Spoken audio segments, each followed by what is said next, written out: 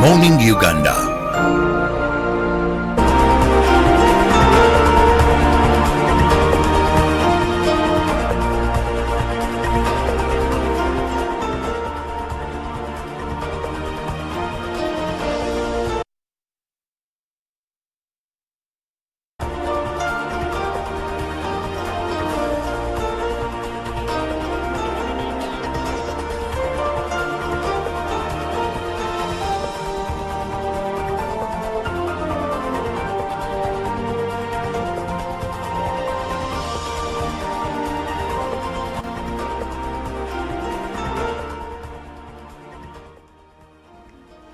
And it is a weekend. It is Friday, the first Friday in the month of February 2024. Good morning. Thank you for joining us here on Friday's special Good Morning Uganda. How are you?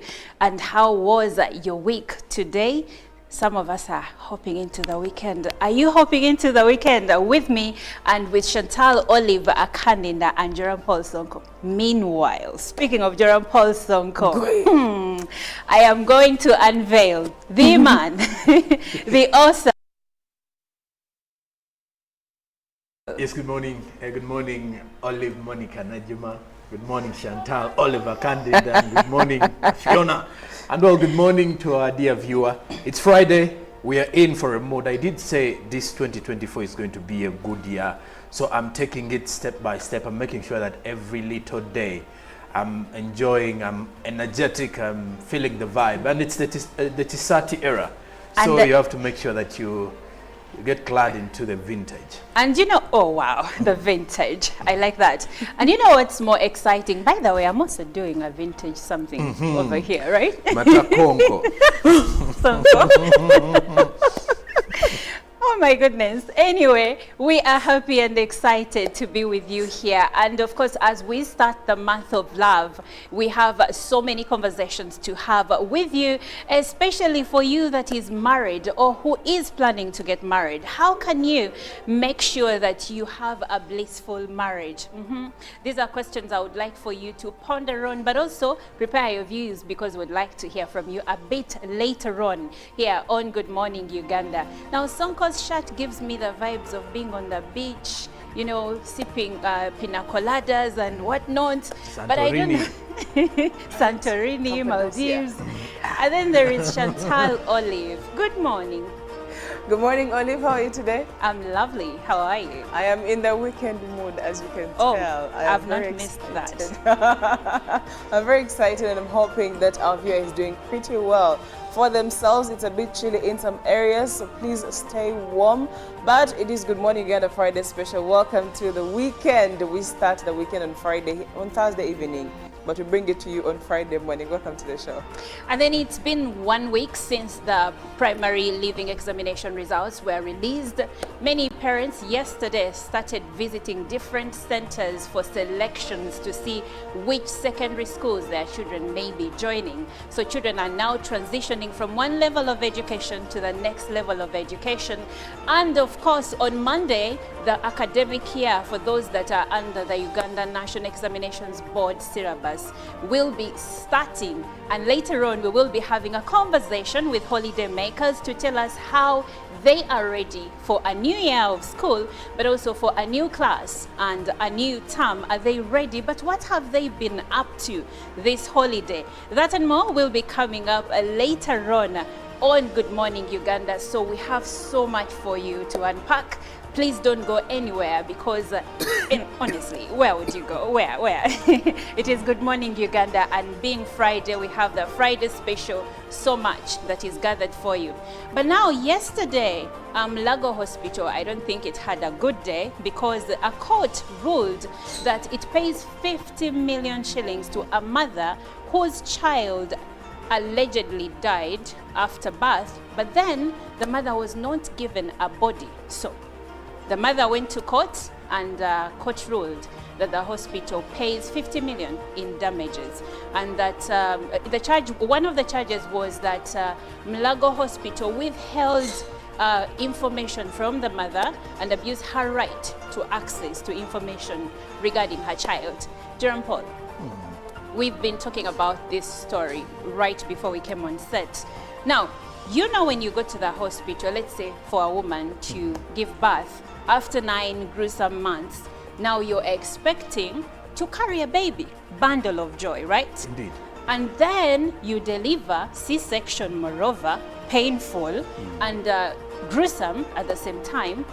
Then you give birth and now you're told your baby died, but we don't even have a body. You know, many questions. Because when you look at what happens, especially for the people who go through C-section, it is at times when you're not prepared for it, leave alone those who go in when they already want to actually go for it. But because the pain that is actually associated to it in most of these hospitals, I should say, especially with the cases we've had from public hospitals, you get to realize that first, you've already mentally tormented this mother. Then secondly, as a mother, regardless of whether they have lost their child, they would at least want to see or hold their child for the last time. And in such circumstances, it becomes very worrying and it's painting a very bad image to Uganda's health sector in general, because this is the National Referral Hospital in question. And if someone cannot receive their newborn baby simply because the baby is dead, and then you go ahead and fail to deliver that baby as a hospital, then there are questions, because the mother will then say, where is my child? At the end of the day, give me my child, let me go on and bury the child. Bury my child, yes. Because it's my child, first of all. So there are lots of questions again, and putting Mulago Hospital at the forefront of being criticized, and also painting a very bad image for our health sector. So I pretty much want to believe this is something that one would expect coming in from a private hospital. But then also coming in from a public hospital, it becomes very, very difficult to defend. You know, I had a conversation yesterday with someone, a soon-to-be mother, who had put intentions forward that she had wanted to go to the specialized hospital, Mulago Specialized Hospital, to give birth from there. So she calls me and says, listen, I am actually scared because I'm looking for a safe place to deliver my baby. And now I'm hearing these stories. Listen, 9 years and we are in court, and all we can talk about is why did you put my baby even if it were dead? And then you tell me you're paying me 50 million in compensation. Is the 50 million going to equate to the body? Is the 50 million going to equate to the life of my child? And exactly what happened to that child? Why wasn't there a body given to the mother? See, it doesn't make sense to give me 50 million Uganda shillings and I still don't have answers. That mother needs answers. She needs closure. That's what she needs. And you know the reason, because someone will be saying, why do you need the body? The child is dead. But that is closure. That's my body. You see, what people don't understand is the hormones a woman goes through when she's carrying the baby. But also let's factor in the father. You are expecting your wife to give birth to a child, and now you're told there is no child. So the family needs closure. Right. Honestly speaking, if you ask me, 50 million is even a drop in the bucket. It is. I feel like, no, it's actually, first of all, Mulago showed a lot of disregard and disrespect carelessness to this mother who spent 9 months carrying this child. It's very disrespectful, and doctors are supposed to have some bit of understanding for these things. I don't know why they've run short of that. It may not be a problem of the doctors. If you ask me, it could be that probably the hospital lacks mechanisms of safekeeping children, especially newborns. Because if you've had a C-section, you can't even move for at least a day or two before they tell you to start moving around a bit.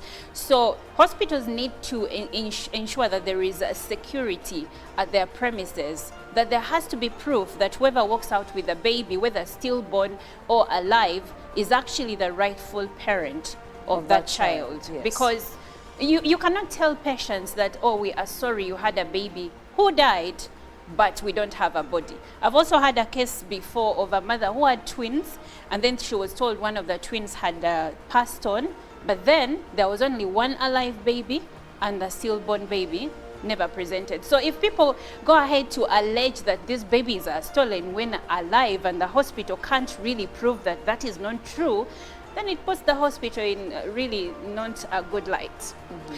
But anyway, we move on to the local news that we have been able to gather for you this morning. And we will start with President Museveni at NOC. President Museveni on Wednesday commended the National Organizing Committee for successfully organizing the Non-Aligned Movement Summit and the G77+ China summits that were held in Uganda last month. The head of public service, Miss Lucy Nachobe, and Ambassador Adonia Aebari headed the organization. He said, and I quote, "I thank Nachobe and her team, as well as the supervisor Nakadama, Nabanja, and everybody who was involved. Thank you very much," President Museveni said. The president on Wednesday hosted the NOC members at State House Entebbe. Behind the main event was the Spouses Program, which also had a formidable team, including Ambassador Mamtaz Custom, former Deputy High Commissioner to Italy. In an earlier interview on UBC TV, Ambassador Mamtaz Custom said that the Spouses Program supported the formation of joint partnerships to improve health facilities. It's very important to point out the health facilities we have currently here, and more importantly, to see if we can do some joint partnerships to improve our health facilities. For example, I look at the Children's Hospital in Entebbe. It's a very successful hospital built by an Italian NGO together with Uganda Ministry of Health and other government agencies. It's a completely free.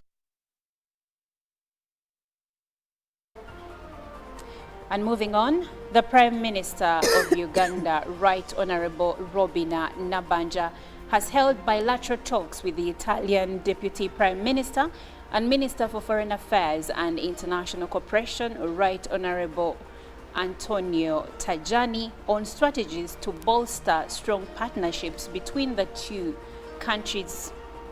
The meeting took place at the Ministry of Foreign Affairs. The head of Uganda's mission in Italy, Ambassador Elizabeth Paula Napeyok, the Executive Director, Uganda Investment Authority, Dr. Robert Mukiza. Away from that, the leader of opposition, Joel Senyonyi, accompanied by shadow ministers and the mayor of Kampala, Elias Lukwago, expressed a deep concern over the deteriorating state of road infrastructure in Uganda, in Kampala, and its surrounding areas. They attributed these challenges to the limited budget allocated to the roads fund. The leaders made these remarks during an inspection tour of the road infrastructure in the city. The inspection tour commenced at Salama Road along Munyonyo, where residents reported that the area was dominated by dust and potholes. The road was characterized by its narrow nature and the absence of built sewage channels, leading to motorists frequently encountering ditches. The leader of opposition, overwhelmed by the state of the roads in Kampala, expressed his concerns during the inspection. Mayor of Kampala, Elias Lukwago, noted that the funds allocated to the road fund for construction and improvements are insufficient to address the pressing issues. However, the legislators were surprised to learn that the vehicles they traveled in with the journalists had been withdrawn. They later hired taxis to other destinations, including Natete, Kosovo, Lusaze, Semto, and elsewhere. Members of Parliament and other leaders, including Lubaga Mayor Mberaze Maula, shared their observations of the road network during the tour. Senyonyi stated that they would call for the operation and maintenance of roads in the city. And lastly, in our local news, the Ministry of Education and Sports has commenced the selection exercise for Senior 1. Some of the traditional schools have reduced their cut-off points, whereas for many others it has remained constant. This is being attributed to the performance of primary leaving examination candidates for 2023 being comparably the same as that of 2022. Officiating at the opening of the all on behalf of the government, on behalf of the Permanent Secretary, Ministry of Education and Sports, Katie Lamaro, the Commissioner, Basic and Secondary Education, Ismail Mulindwa, urged head teachers to conduct the exercise objectively and fairly to command the integrity and deal with the negative perception of the public about the exercise. Head teachers, deputy head teachers, and career masters in various public secondary schools across the country gathered at the Uganda Manufacturers Association main hall to participate in the Senior 1 selection and placement exercise. Through this exercise, head teachers are given 3 lists, one for the students selected for their schools according to their choices and performance, the selling list, and the list for the non-selected students. According to the placement committee, 666 students are supposed to be placed during this exercise in government schools, government-aided and government-aided non-USE schools. Well, that does it for the local news. Now let's delve into what Chantal Olive has for us from the international scene and also climate news. Starting off with the U.S. President Joe Biden has approved sanctions on 4 Israeli settlers accused of attacking Palestinians in the occupied West Bank. Mr. Biden signed a broad executive order saying violence in the West Bank had reached intolerable levels. The sanctions block the individuals from accessing all U.S. property, assets, and the American financial system. Violence in the West Bank has sparked since Hamas launched an unprecedented attack on Israel on 7th October. Some 370 Palestinians have been killed in the West Bank since then, according to the UN. The majority of those have been killed by Israeli forces, but at least 8 of them have been killed by Israeli settlers, the UN said. The new executive order means the U.S. government has the power to sanction any foreign nationals who attack, intimidate, and seize the property of Palestinians. The sanctions are a first by the U.S. administration, a rare step targeting Israelis, and comes as Mr. Biden travels to the state of Michigan, which has a large Arab American population that has been critical of his support for Israel. Away from that, the walkout is a warning to the government about teachers' daily life, their struggling at work, and the lack of recognition, especially in the pay, said the Primary School Teachers Union, predicting hundreds of schools will be closed. The union added that the situation has been inflamed by the nomination of a part-time minister who has fortified her credibility. With former Education Minister Gabriel Attal promoted to Prime Minister, Amélie Castera was given the key education brief alongside sports, including this year's Paris Olympics and youth. Thursday's strike, which coincides with ongoing protests by agricultural workers, had been planned since before the government reshuffle that put Odea Castera in place. But she set teachers bristling from the moment of her nomination, as she claimed she had put her son into an exclusive Catholic private school because of loads of hours with no proper replacement teacher at his state primary. Now back to Africa, at least 29 people have been injured and many more are feared to be hurt or killed after an explosion at a gas plant in southeast Nairobi, Kenya. Videos posted on social media show a huge fire raging close to blocks of flats blocks of flats in the Embakasi region. A government spokesperson said gas cylinders were being refilled when the fire broke out just before midnight on Thursday. The cause of the fire remains unknown, Isaac Mwaura said. Firefighters and emergency services at the scene where Containers Company Limited is based, according to Mr. Mwaura. He added the building hosting the company is badly damaged. Members of the public are advised to avoid the area as rescue operations are underway, including fire engines being deployed at the area. Now, matters climate.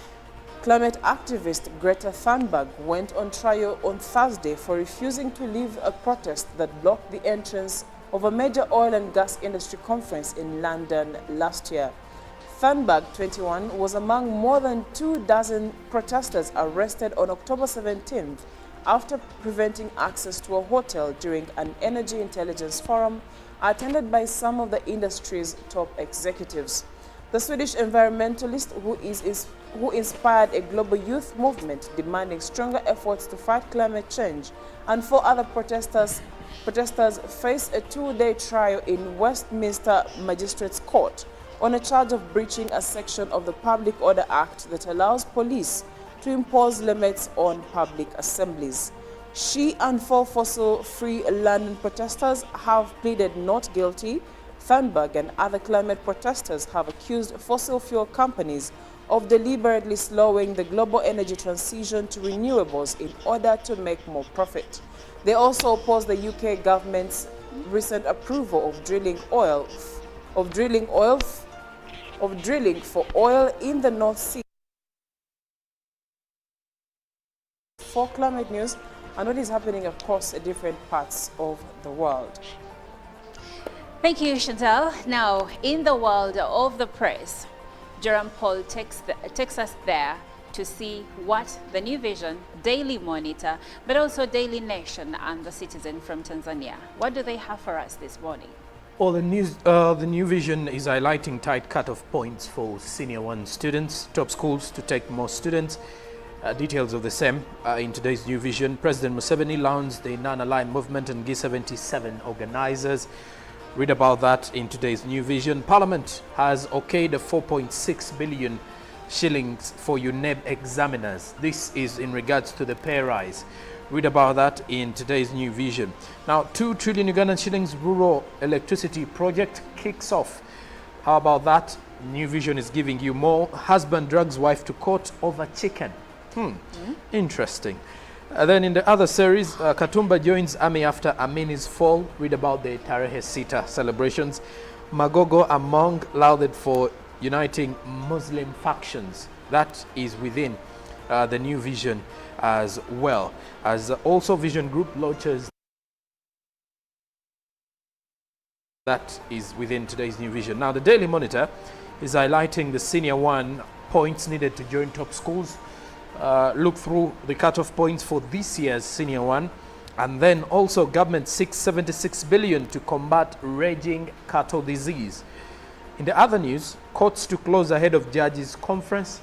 That is what the Daily Monitor is highlighting today, so you can buy a copy and read about it. And in the Scoop magazine, you can read about new sounds that the Ugandans love to hear. Now, crossing the borders to Kenya, the Daily Nation is highlighting riddle of free school. There's a new crisis. Low government capitation and rising commodity prices force new levies. That is with the Daily Nation.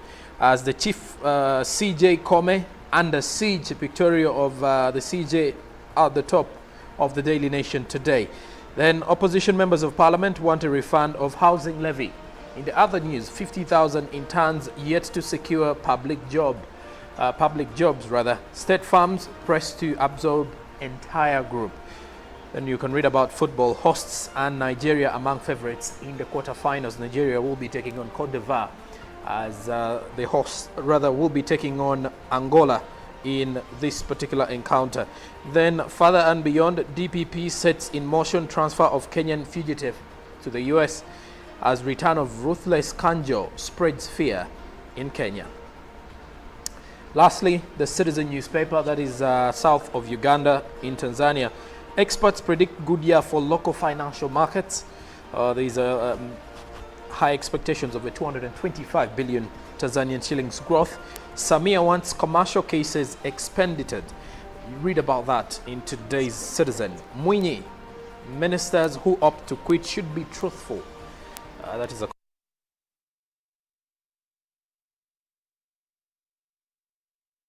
in this year. Then there's also an interesting report regarding Tanzania's tourism. I visited Tanzania. Traveling in Tanzania made my marriage stronger. Wow. that is within the citizen. The month of love is kicking off definitely well. Though the husband dragging a wife to court over chicken is not the best you would wish to kickstart off February. But that's it for our press review this Friday. Well, Sonko, whatever you do, please do not drag your wife to court over chicken. But like the lady who said traveling to Tanzania made her marriage stronger, traveling to Uganda will make your marriage even more stronger. I mean, have you visited Uganda? Here on UBC TV and also on Good Morning Uganda, we have the Tourism Express from Monday to Thursday, where we take you around Uganda. So be sure to watch and see what we have for you on those days so that you can visit Uganda and make your marriage and relationship much more stronger than you ever expected. Well, for now, we will leave you with an inspiration song of the day, and that is Vinji by New Chapter Africa Music. Live from UBC Studios in Olive, good morning. Good morning, Olive. How are you today? I'm lovely. How are you? I am in the weekend mood, as you can tell. I've not missed that. I'm very excited, and I'm hoping that our viewer is doing pretty well. For themselves, it's a bit chilly in some areas, so please stay warm. But it is Good Morning Uganda Friday special. Welcome to the weekend. We start the weekend on Thursday evening, but we bring it to you on Friday morning. Welcome to the show.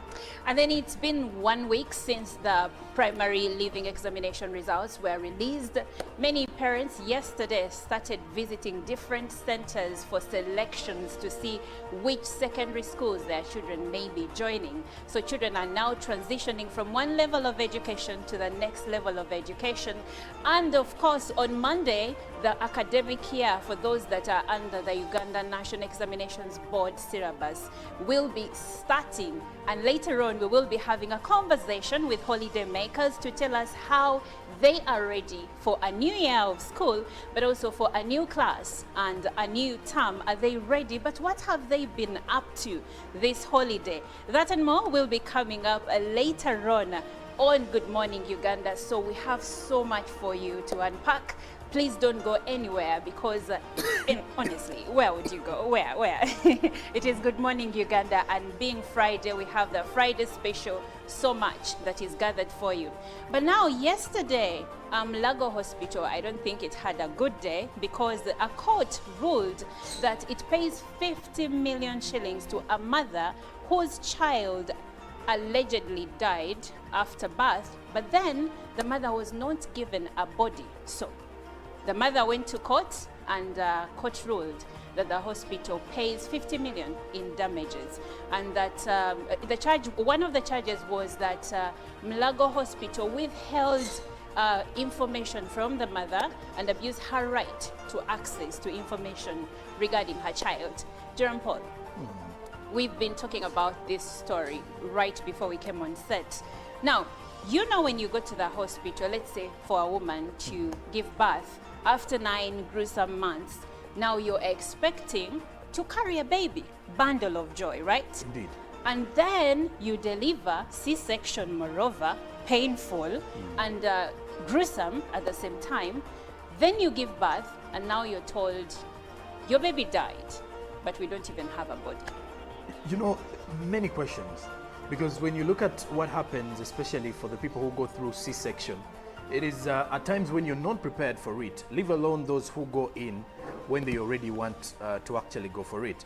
But because the pain that is actually associated to it in most of these hospitals, I should say, especially with the cases we've had from public hospitals, you get to realize that first, you've already mentally tormented this mother.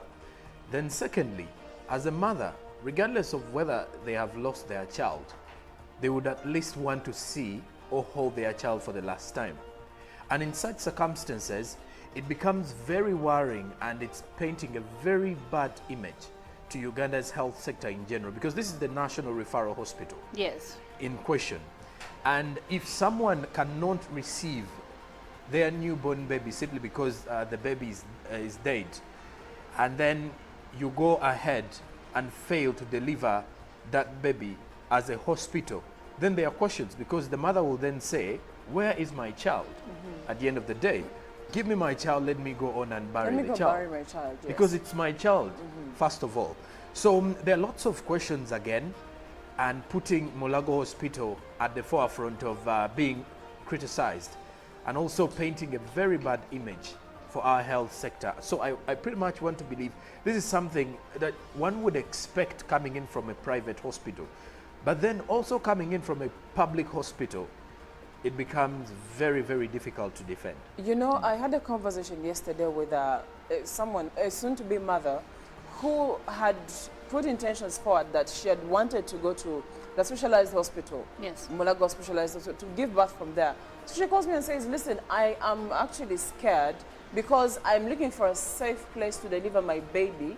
And now I'm hearing these stories. Listen, 9 years and we are in court, and all we can talk about is why did you put my baby even if it were dead? And then you tell me you're paying me 50 million in compensation. Is the 50 million going to equate to the body? Is the 50 million going to equate to the life of my child? And exactly what happened to that child? Why wasn't there a body given to the mother? See, it doesn't make sense to give me 50 million Uganda shillings and I still don't have answers. That mother needs answers. She needs closure. That's what she needs. And you know the reason, because someone will be saying, why do you need the body? The child is dead. But that is closure. That's my you body. see, what people don't understand is the hormones a woman goes through when she's carrying the baby. But also let's factor in the father. You are expecting your wife to give birth to a child, and now you're told there is no child. So the family needs closure. Right. Honestly speaking, if you ask me, 50 million is even a drop in the bucket. It is. I feel like, no, it's actually, first of all, Mulago showed a lot of disregard and disrespect And carelessness. to this mother who spent 9 months carrying this child. It's very disrespectful, and doctors are supposed to have some bit of understanding for these things. I don't know why they've run short of that. It For may this not be case. a problem of the doctors. If you ask me, it could be that probably the hospital lacks mechanisms of safekeeping children, especially newborns. Because if you've had a C-section, you can't even move for at least a day or two before they tell you to start moving around a bit. So hospitals need to ensure that there is security at their premises, that there has to be proof that whoever walks out with a baby, whether stillborn or alive, is actually the rightful parent of that child. yes. Because you cannot tell patients that, oh, we are sorry you had a baby who died, but we don't have a body. I've also had a case before. Good morning, welcome to the show once again. My name is Chantal Olive Akandinda. It is a Friday, and you know how we do it on Friday. It's a bit less tensed up, good conversations launching you into the weekend. But I know that a parent out there is preparing for the new term and the new year. Same applies to the students and the pupils at home. Our children are preparing to go back to school, and this morning's discussion is centered around preparing for the new school term. Now, when I tell you that I have holiday makers in the house, I do, and I have 3 wonderful holiday makers that I've had a chance to interact with before, that you have seen before, and having discussed what the expectations were for the holiday, having discussed what daddy and mommy do in the holidays that they don't like, what they want them to improve, just reminding you parents that they had some pointers for you. Now we're going to be talking about preparing for the new school term. Please do note, last term was a promotional term, so they will be going into new classes. That is new everything almost, aside from some books that they'll carry forward if they do carry books forward. But yes, the discussion is on how we are preparing for the new school term. As a parent, I know probably you haven't got a hold of all the school fees the way it should be. I know you probably haven't even shopped, and I can assure you, yesterday there was, first of all, too much from the parents who are doing shopping for the children to take them back to school. Now, with me on set, I have Rachel, I have Jeremiah, and I have Clara. And I'm going to be checking up on them. It's chilly outside, I don't know how they're feeling. And then we'll dive into the discussion. They'll let me know how prepared are they for this new school term. Let me start with Clara. Good morning, Clara. Good morning. How are you today? I'm fine. I'm doing well. You're doing well. How was the holiday? Well, the holiday was interesting. Interesting. Let's first put a stop to that.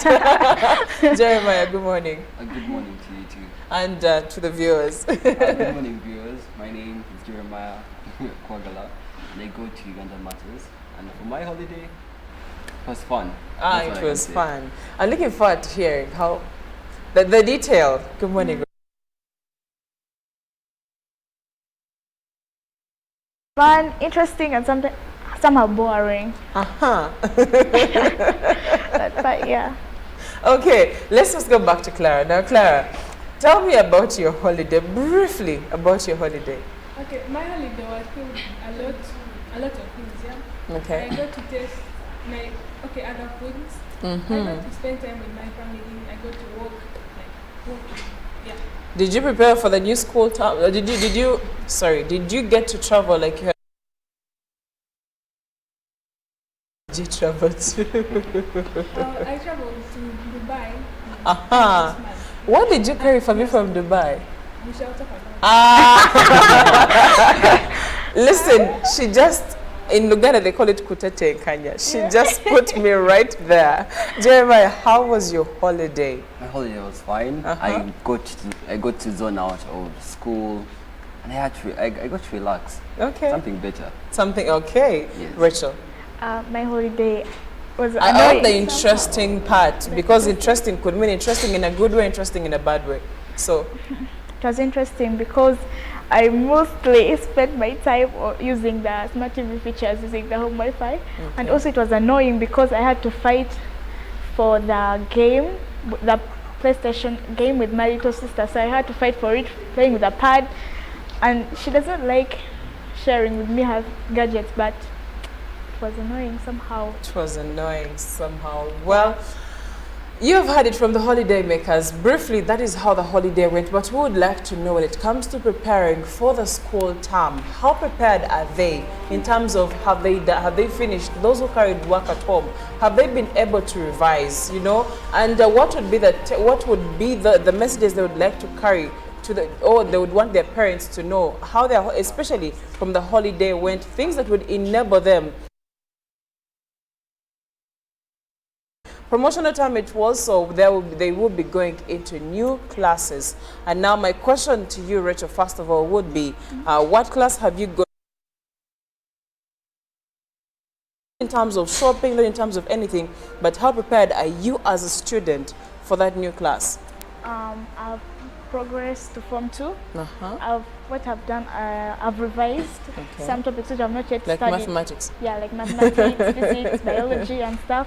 So I have researched some topics which I've not revised, so that when they teach them in class, I already know what they're going to teach about. You are the students. Yeah, Do you I'm guys a know those students that I'm talking about? So when the teacher comes, he's like, I know it all, you just say I'm like, teacher, I've already studied this, so it's okay, I already know it. So that Okay. Clara, how prepared are you for the new school, for the new class, actually, new class? there's some pressure, semi-candidates. Of So, course. my But you're brain the is biggies in the school now, next to the bigger ones, Yeah. the big boys and the big girls. So I prepared my head, like my mental steps, like everything, that anything can happen, so I should be ready for anything. What have you heard about Form 3 that freaks you out the most? What I've heard about Form 2 is that, like, sometimes they get like random tests from UNEB. So anytime they can bring a test and you have to sit for that. And that's what freaks you out the most. Okay, Jeremiah. My holiday. Now for school, my preparations. I've done my work. Okay. They sent us work from school. Let's say history and physics. I wrote my work. Okay. I did my notes. But then what freaks me out about The new class. the new class is that You're going to Form 3. 3, Yes. Now, I'm scared because they told me that biology, specifically biology, Or Form 3. or Form 3, Uh-huh. gets, I don't know, it gets tight. And then I'm still trying to put myself into my mode of this is going to be for the rest of my life. Now I'm not used to going through hard stuff, so it's going to be not a walk in the park. Okay. Now, we have talked about how prepared you are for the new school term, but I have not got the part where I've got the part that freaks you out the most on the new class especially, but I have not got the part where there is something that you're looking forward to. So let's talk about what you're looking forward to, because the two sometimes help. The good thing and the bad thing. The flip side usually gives you a place where you are in.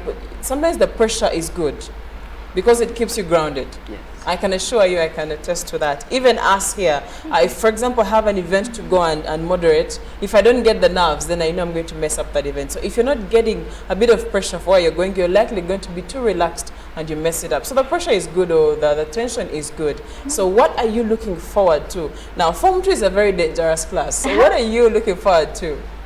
I'm looking forward to many things. Okay, the first thing on my list, I want to join the school band. Is that listening? Yeah, I told him that when next year, on my birthday, I want a classic guitar as a birthday gift. And then, I want to learn the classic guitar. After learning it, I'll be so happy. I'll be like, yeah, I'm better than some people in my class who do nothing. Oh my God, Rachel. I'll rub it in their faces. Clearly, they'll fear me. Okay. And then the studies, I want to aim higher. I want to get like 80 points this time and above. You want to get 8 points and above. Not 70. Okay, great. And Clara, what are you looking forward to as you join a new class? Well, Form 3 is a class where they go for a geography trip in Western Uganda. So I'm also looking forward to that.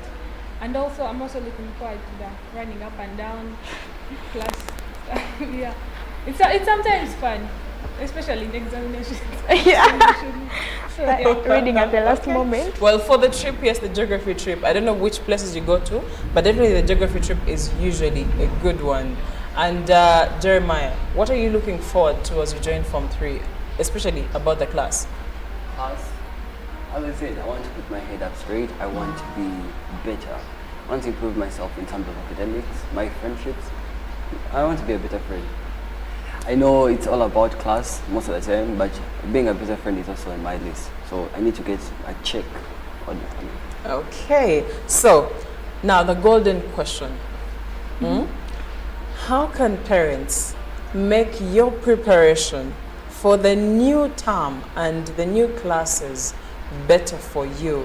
Because I understand when you get back home, say it's a promotional term, when you get back home, depending on how you performed, the parent will either scold you or will encourage you. So how can parents better prepare you for the new school term? But I think they should be encouraging, because right now I really have a taste, like school tests on Monday, so they should be encouraging me like, you'll do it, don't worry, I trust you. What have you been reading? They can't encourage you reading. I need prayers. I spend too much time on PlayStation games. I really need prayers right now. But they should also pay for us. I can assure you are in trouble right now. I'll always manage. So I think they should pay for us school fees on time. They should provide for us the requirements, because if they do that for us, we also get courage that our parents work a lot. We should also repay them by working harder, aiming higher. So that's what I think. Okay, Clara, how can your parents make it better for you as you're joining the new school term?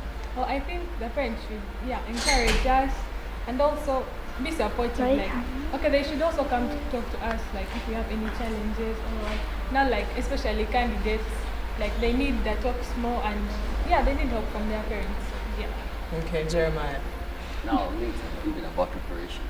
I need my parents to, surprise me when I'm at school, just come out to the blue one. No, I didn't get that. You would like your parents to? Surprise me at school, like they come visit me without me calling them and telling them I need this and that. Then they come. I need someone to be in class, and then someone tells me, oh, your mom is at the gate, you should go. Jeremiah. No, I need that. I need that comfort. I need that comfort to know that someone thought about me randomly and they came now, to check Chantal, on how me. do you feel when someone out of the blue thinks about you, maybe even gives you a call and you get? Well, it does actually. It does actually feel good when that happens. Let me ask you. Aside from that, how can they make it better for you as you are joining the new school term? Better for me. Okay, I think they should help me in my revision because sometimes it's hard to revise when Parents help you in revision. I need Chiboko. But you were also like us one thing. I think your parents also helped you. With revision, no. I have a very strict father, and my father, you don't. You don't. It's grades and grades and bring them home. Like my dad. Jeremiah, the part of preparing you or how making sure that you are ready for the school term, what can parents do? Also, it may not be attached to you, but maybe some of your friends that you've had talk about how they need certain help from their parents to be able to start the term, to be able to get to school and they're in a better place. I'm sure you've come across your fellow students or even your friends and they've told you, this time I'm feeling low, this time I'm feeling like this, my parents did not do this, I'm not very well, I'm not ready for this time, I'm not ready for... So my question is centered around how the parents or your parents can prepare you or make you ready or make even their children ready for the new school term, putting into consideration the challenges that come with when a term is just beginning. So that is where my question is, especially to you, Jerry. My answer? Parents need to encourage us mentally. Okay. There is encouragement academically, then there is encouragement mentally. The parents need to make us feel comfortable that we're going to another class. It's a big step, you know that part. Right. Whether you're going to P1 or P2, sorry, when you're moving from P1 to P2, that's a big step to you in a way. Now, for us who are moving from one secondary class to another, we need parents to be there mentally, not just academically. We need them to understand that this is a big step, this is something that is going to be new, and then we are bound to make some mistakes on the way. Now, parents need to actually make us feel comfortable mentally. So to you, dear parents, please do understand that your children need encouragement. There are parents who pay school fees and they're like, I'm done, Chiwede. Now go do your part. They're not thinking about how you're feeling. They're not asking about anything putting you on pressure. They're not asking about anything they can improve in their parenting that would make you even perform better or, you know, live a better life as a child.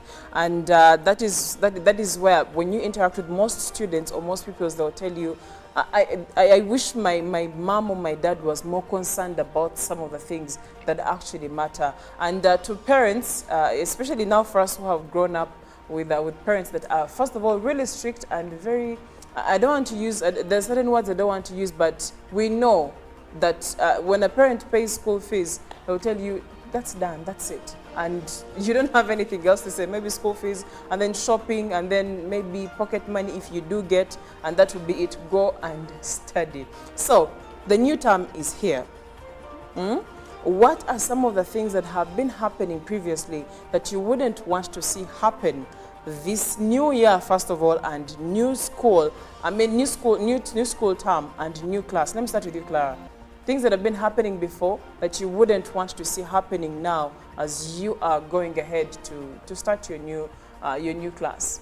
Okay, one thing is I want to start like reading before, like, you know, sometimes you start to read when the timetable has come out. So You're the guys. so I want to start, you know, reading before, so that by the time exams come, you're prepared and like you're not pressured too much when the timetable is released. And let me give you the bad news. You see, why they usually say Form 3 is a hard class, because you're going to be answering questions of things you studied in Form 1, Form 2, and Form 3. So that means you ought to have been reading everything. Do you know how many books you have to read? And how many subjects you have to read? How many subjects do you do? Form 3 we are doing 9 subjects. When did those things change? We used to have like 20-something subjects. Oh, we did 16 last year. When did those things change? We had 20-something subjects we were doing. So you want to start reading early, and that is a very good thing because, like I said, Form 3, you're going to be answering questions for 3 years. 3 years. Things that have accumulated. So if you've not been reading, that means you have to go back and revisit these things. Jeremiah, what do you intend to do better this new year and new school term and new class? Picking a leaf from Clara, I'll do the same. I'll do the same. Now I need to polish my books, if you understand what I mean. I need to understand what I read. Because there is reading, there is revising where you just revise, and then there is learning. That's the difference. Now I want to learn everything this time. I want to understand, not just revise, I want to learn. Yes. Okay, and Rachel, what do you intend to do better this year? Intend to do better this year is that the bad thing is that what I really hate is that when you're going to do a test and you revise everything and they only bring one topic when you have revised like 4 topics in a row. I think it's really annoying. So what I intend to do, maybe I should revise this, but sometimes if I fear that if I revise this, they might bring a question and I fail it. You can't afford to revise less, Rachel. But that thing is really it's not on the table. It's not on the table. But you see, all this builds up to Form 4, because Form 4, you're going to be examined from Form 4 to Form 1. So that means it's like a training or process that you're going through up to Form 4. So you have no choice. That is the good truth about it. The good truth about it. So I need, I don't know how you're going to answer this question, but how is home right now? I think some people start reporting on Saturday, some on Sunday, others on Monday. Yeah. How is home when you are doing, when parents are actually looking for your school fees and your shopping and everything? First of all, have you presented your shopping lists? Mine is already done. You've already finished shopping. Yeah. Have you presented your shopping list? Yeah, I'm done shopping and packing. Okay. Same. They are very strict on shopping. Your shopping list should be given out at least 2 weeks before. 2 weeks before. At what point do you give in your shopping list? December after Christmas. Goodness. Okay, Clara, when did you give your shopping list? A week before. A week before. And what is the first reaction you get when you hand over your shopping list? Let me start with you, Jeremiah. Please be honest. When you give in your shopping list, what exactly happens? Now they first look at the essentials. What do you need? Okay. Do you really need that? That's not what I was looking for. And then we do that first. We first shop the essentials. After shopping the essentials, we go to what could be luxuries or privileges. Yes, and then after that, that's when you ask for things that you want on the shopping list. Then you'll be like, let's say I want a pack of that, I want that, and they tell you according to what they have. Yes. Okay, Clara, what's the first reaction you get? To whom do you give the shopping lists meanwhile? Who do you give the shopping list? My mom. You give it to your mom. Who do you give the shopping list? My mom. Who do you give the shopping list? My dad, and he looks at you and says, "Are you sure this is it?" Because you will reach on the gate and you see that you don't have it. You're on your own. Oh wait, that's actually what I was looking for. The reactions you get from parents when you hand over your shopping list and the whole everything that happens in there, because it impacts on you.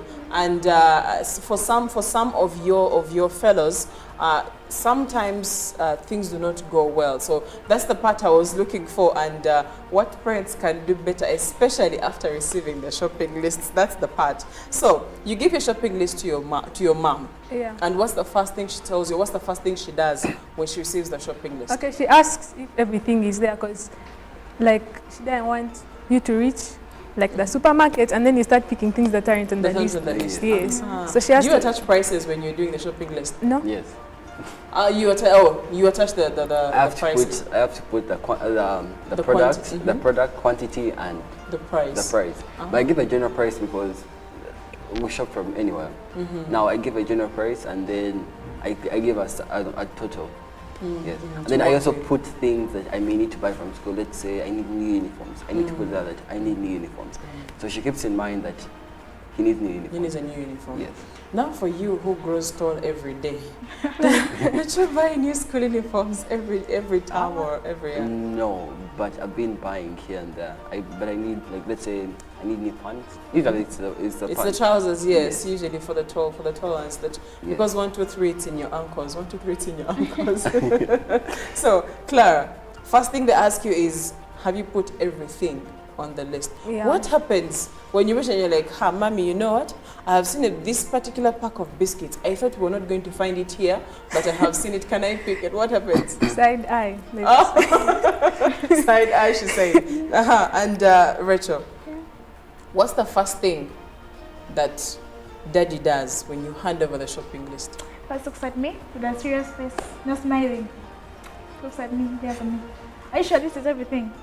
Because if we reach there and they ask me that you don't have it, you're on your own, then where's the Have you pocket? ever been to such a circumstance where you reach and he's like, I told you on your own?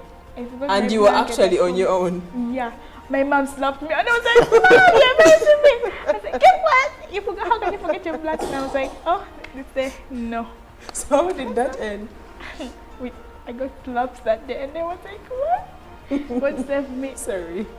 I spent the whole entire day in a hoodie because I know they'll remember me as the girl they slapped on the gate. And I was like, Oh wait, you had to cover up and be in a hoodie. Yeah. Because at school they would remember as the girl who was slapped to the gate. Yeah. Oh dear. I'll become a topic. Oh dear. The thing. And how did that end? Did they send for the blanket? Yeah, the next day my dad brought it in the morning. Next in the day? morning. Next seriously.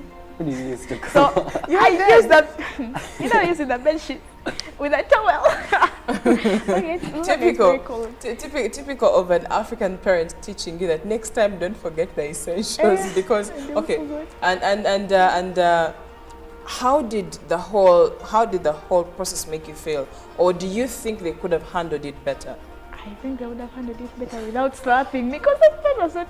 So the biggest issue was the part of slapping you, but you also need to understand that your parents are stressed out at that point. They're paying school fees for you and all these other expenses that come with going back to school. So we need to stay out of our parents' faces, especially during such times. Yeah. So the environment at home, usually when it's almost coming to school fees time, 1, 2, 3, Daddy, I need this pair of shoes. I haven't paid your school fees. Daddy, I need this. I don't know. Is that what happens at home, or your parents actually do not? I would choose to say it's. I would just say it's a bit toxic to put your child in such a place because it's not their fault. They need that. But does any of you ever get such scenarios at home? And do you feel like they keep you grounded? Do they shift your focus? Do they help you understand your parents better? What happens? Let's start with you, Jeremiah. When they tell me such, I actually understand. You understand? Now, so after they pay the school fees and they told me we're going to do shopping, that's when I get a smile on my face. Then I like doing shopping with them. That's a fact. When I'm with them, when I do shopping with them, I can get other luxuries. When I do it alone, I'm on a strict budget. Now I go to the supermarket and I start buying stuff. I can't buy something without them involved. Now when I'm with them, ask, and then all shall be given. But then I understand them very well when they tell me this is what we do, and let's say I haven't paid your school fees, you're going to have to wait for this and that. How is it presented? Because I think the issue is on the presentation of the message, right? How is the message presented? Because there is two scenarios. One, the parent just shouts, "You get out of my face, I haven't paid your school fees." But another parent will tell you, "Listen, I am still trying to put your school fees together, so I need more time to be able to give that to you." Or there are those who dismiss you totally. They're not telling you about how they're putting together school fees. They're like, "Get out of my face." I know, they tell me, for example, my mom tells me that you're going to have to first wait and I handle the school fees, and then after I'll get back to you. Do you have friends that get challenges with parents who talk to them like that? Some of them, I'm not really sure about that, but I know that some of their parents are tougher than mine. Okay, Yes. okay. I have a question for you, Rachel. You mentioned that you hand in your shopping list in December. For example, this year's term starts in February. Yeah. Why do you give in your shopping list in Why that December? says that you should not be lazy, you should always be ready. Every time, although I'm watching TV, it always reminds me of school. Are you prepared of school? We are in December. Are you prepared of school? How do you feel about that? I feel afraid of school. The way he puts in there, and then it comes like, put on an AFCON, move the shoes. I really haven't spent much time on TV. Something okay. When he's home, you'll be watching AFCON, Premier League, La Liga, NBA. So it's really annoying, but it always reminds me of school, although it's not even necessary. But it is for your own good because you need to prepare early. But also as a parent, he needs it to prepare early. If you give me your shopping list in December, I think it's actually a trick to you guys. If you're giving your list in December, you know December is a spending month. So if you're giving your list in December, that means that your parent will even spend sparingly, knowing, but January and February I'll have to be looking for money for the following. So they'll start actually putting that money aside. They'll spend knowing by end of December, January is going to be literally a whole month of looking for school fees, because I mean today is 2nd February and you're going back to school in the next 2 days. That's literally within the first 5 days of February you're going back to school. So what does that mean? It means that your parent ought to have prepared and not spent too much in December for you to be able to get things. So it's for your own good. Would you employ the same thing on your kids when you grow up? Me, I think yes. To be prepared. You would. But you don't like it. Yeah. But you would. Personally, I don't like it, but I would. Sure. Okay, so the new school term is here. The new class is here. That means there's bigger responsibility. That means there is bigger expectations, because the older you grow, the responsibility grows, and all these expectations are placed on you. Yeah. What puts you on pressure the most? Is it the results that you're supposed to bring back home, or the class that you're entering? Jeremiah. The pressure is I need to create a standard. Now, for example, I'm the firstborn. Now my siblings need to learn from me. So if I bring back shady work, what am I going to show them? You understand? I can't be scolding my sister about poor marks later in life. I can't be scolding her about poor marks later in life, and I be telling her I performed better, yet I don't even have anything to back that. You understand? I need to bring back good marks so that I can be. You need to perform better for this and this, because let's say life is at stake, or you understand, there is you can gloat. That's a fact. When you have good marks, it's very easy to gloat. You may not necessarily show off, but you can be happy, you can gloat about it for a few minutes there and then. But I need to create a standard, that I need to create what can I say, mantra, you understand, for them to follow. Yeah, something for your siblings to follow, and that is a very good trait. I also learned yesterday that there is something you do to the tabs at a particular time. You know what I'm talking about. So, but it's good you're taking on the leadership role for your younger siblings. Clara, what puts you under pressure the most? Is it the class you're entering, or the expectations from your parents, or from even society or relatives who usually have something to say about how you perform and the results you bring back home? Yeah, what puts me on pressure is the expectations from everyone. Like, okay, Form 2 they can, have mercy because it's the class for being stubborn. But S3 you're supposed to be serious, you're supposed to be in books, discipline on point, everything. So how do you intend to handle that kind of pressure? Well, I hope and I pray by God's grace that I'm disciplined, like I don't get in trouble because of others, and then I also perform better. But if it's you putting others in trouble? I can't do that because I'm a leader, so they would look at me like... Okay, fair enough. Rachel, what puts you on pressure the most? The results, because the only way for me to be secure is that when I'm above 70 points, that's when I will know I'm not going to get expelled, I'm not going to be chopped off, I'm okay. But if I'm below 70 points, that's when the pressure comes. Okay. So, when are you returning to school? This Sunday. Sunday, and you? Monday. So you two are returning on Monday. So to you who's returning on Sunday, does the suitcase get checked at home when you're leaving? Yeah. Who checks it? My dad. Your dad checks your suitcase. And who takes you back to school? My dad, I think, and he also picks me up from school. Okay. Clara, does the suitcase get checked before you leave home? My suitcase, when I'm packing, my mom is there to see what I'm putting inside. So, yeah, it's basically checked. You are the ones who have to make sure. Okay, and who takes you to school? Depends on who is available. Who do you prefer to take you to school? The mother. Usually girls are more inclined to their fathers because you can literally work out something and even add more things that were not on the shopping list when you're going. Your mother does what? The pocket money, like, Mom, today you gave me 70 for what? This is not a show off. I'm giving you 50 of what? And you're like, Mom, this is beginning of summer. That's enough for you. And we didn't come here to eat. So you prefer daddy taking you to school? Yeah, because if I ask my dad for pocket money, he just gives me even excess. So I'm like, yes, this is my dad. But if I was my mom, no, I get little. So I thought Clara, you would prefer your dad to take you because usually fathers, they have a soft spot for their girls, and you can slip in something that was not on the shopping list. My dad is actually strict. There's Time when we were going to check like at school, and I had left the grab suitcase in the car. So he was like, "Where have you left it? Are you hiding something?" So I had to bring it out. So Okay, Jeremiah, who takes you to school? My mom.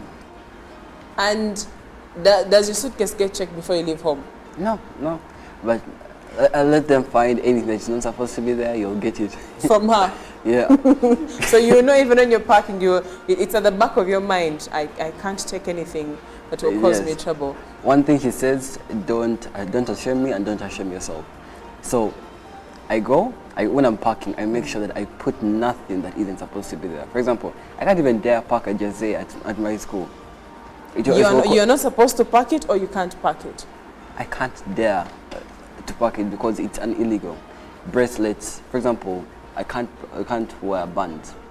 Like let's say Manchester bands, I can't wear them at school. Or for example, Clara can't wear those pins at school.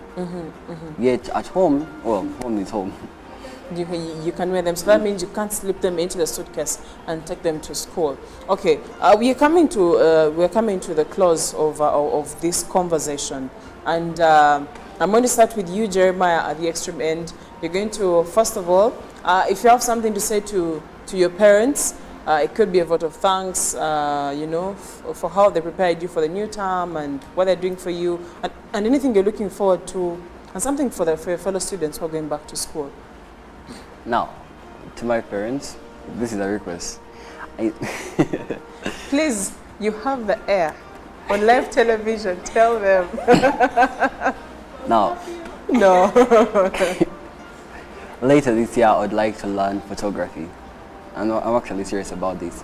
Later this year, I would like to learn photography, and I would like to do it before or shortly after my birthday. So that's at the end of the year, close to the end of the year. Now, I also want to learn to drive, so that later on I can easily get my driver's license. Okay. The request has been put forward.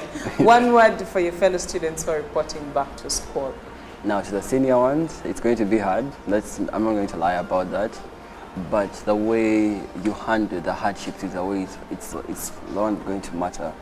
Now, if you're calm and persistent about your education, it will be easy. Because I've heard of cases where 4 months report and then less than a week later they are going home because apparently they're stressed. I couldn't do that because my parents were always strict, and also they gave me a good briefing. Now, do your best. Then to the other people reporting to other classes, it's easy. It's going to be easy. Just do as good as you are. Okay, Clara, could be a message to your parents or something you have to say, and a word for the students or your fellow students who are reporting back to school. well, to my parents, I'd like to thank you for everything since the holiday began. And I pray that you continue providing and that God will provide for you. Yeah. And to the students, when you go back to school, Start from the beginning. Don't wait for late term, third term. What? Start from the beginning and read. Yeah, that's what I'd like to say. Okay, well, Clara, you have really been on it, especially the part of preparing early. So that means the moment they get to school, preps should be on the very report, right?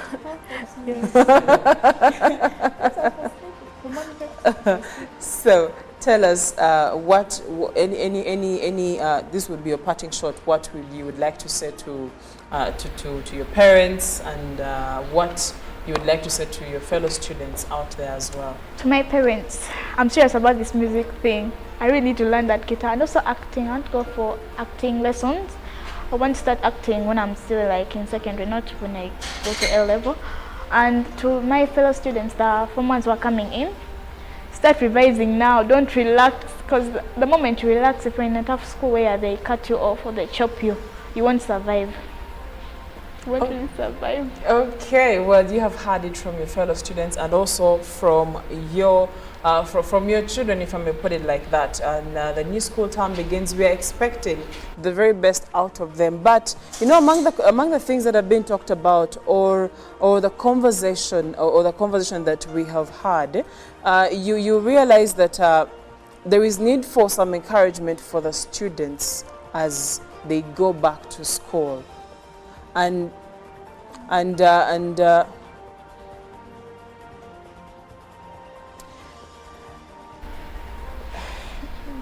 as I was saying, you realize that these children will need encouragement as they are reporting back to school, and because of that, it goes to the parents who usually don't have the nicest things to say to their children. Just because you're providing food and paying for them school fees, it does not mean, one, that their mental health is well taken care of. You never know the challenges they encounter at school. So encourage them, listen to them, and make sure that they are in a better place for them to be able to perform. We had this discussion, and that some of the things that were mentioned as they were getting into the holiday was the fact that they need to be listened to, and they need you to know that they also face challenges even if they are still young. But lastly, before we even close, messages to your teachers. Let me start with you, Clara. What is your message? What message do you have for your teachers? Well, to my teachers, I'd like to ask that you like calm down, like don't overdo things, like listen to us, don't want to be involved in the class. Okay, yeah, sometimes you have to, but not too much. Yes, that's what I'd like to say. Oh, and also I'd like to say that you should engage us more in like lessons. You know, sometimes like some teachers focus on like a specific student or a few. Yeah. Okay, Jeremiah, your message to the teachers. My message to the teachers is, yes, please calm down. Listen to us. The request is to listen to us. We thank you for all you've done. For most teachers, at least I can say, most teachers are good. But, for example, in our preps, night preps, our night preps are more like hell. Your intention, it's like you're living in a madhouse. They need to calm down and listen to us more. Sometimes we can be lousy and rowdy, but listen to us more. It can be handled better. Yes. Okay. Rachel, your message to the teachers. My message to the teachers is that they should focus more on teaching us the topics faster, because sometimes some of us, like me, I'm pressurized that if it is the end of the term and we have not learned about a specific topic and another stream has already learned it, I get pressurized to do more research work. I get headache, I get tired of school, and I think they should also be more specific when they're explaining, because like a teacher can come in and explain, I just look at the teacher and I've understood nothing, and the teacher just goes away, like, do research work. Just comes in, research work, goes away. And you're like, how do they pay this person who does not even teach? Well, partially they are training you for where you want to go. You want to go through campus, right? You want to get somewhere where you're able to work independently, right? Yeah. Let me tell you what happens at campus. The lecturer is going to walk in, teach you 1 or 2 or 3 things, and tell you, go do research about this, the next topic, the next exercise, or the next coursework is going to be on that topic. That's what happens. So they're training your minds to, to work. It's awesome, but you have to do the work. Well, thank you so much for being a part of the conversation this morning. I've been interacting with Rachel, Clara, and Jeremiah. Thank you for being a part of the conversation. Thank you for making time to come and be with us this morning. And maybe just before we leave, do you have any people you would love to send greetings to? Jeremiah, let's start with you. That's the last thing we're doing. Who do you want to send greetings to? My greetings are to one of my best friend, Haman, and Vivian. Yes, those are my greetings. What about Helma and Heather?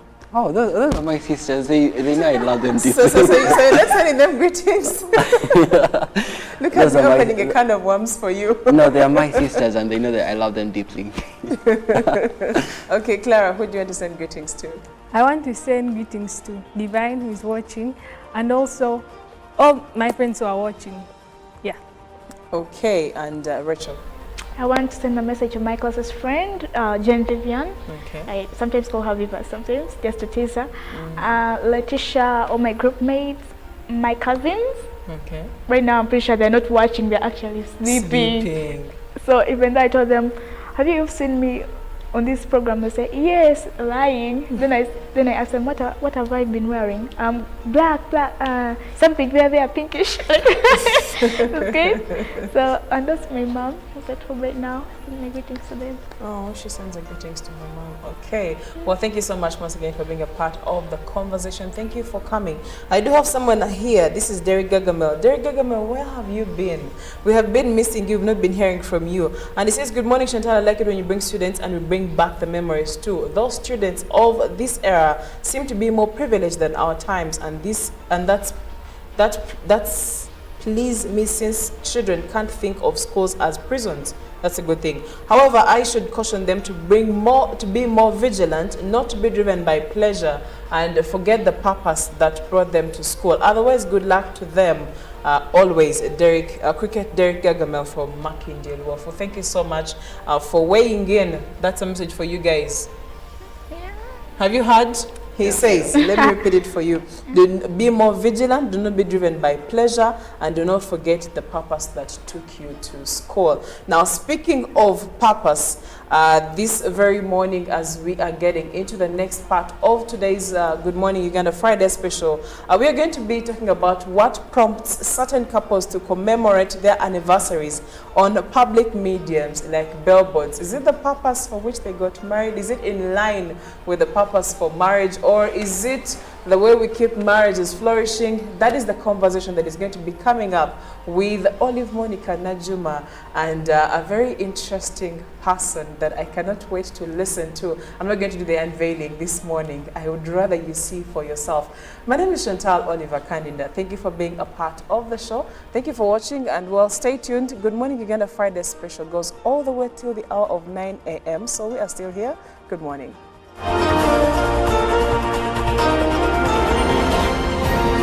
Live from UBC Studios in Kampala, this is Good Morning Uganda.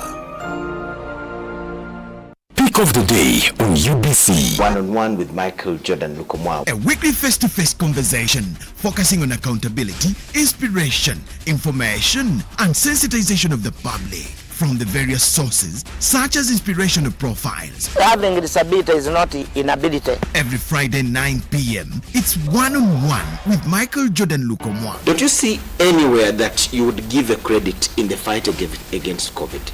My role as the owner of the country is not to, be preoccupied by giving credit to my servant. We have said that if we are to talk to General Museveni, there must be certain conditions in place. Is it true that you paid 5 million shillings to MPs that voted for? Was brought to you by MTN Momo Pay is the easy way to pay. Dial *165*3# or use the MTN Momo app. You don't need cash. MTN Momo Pay is safe and free.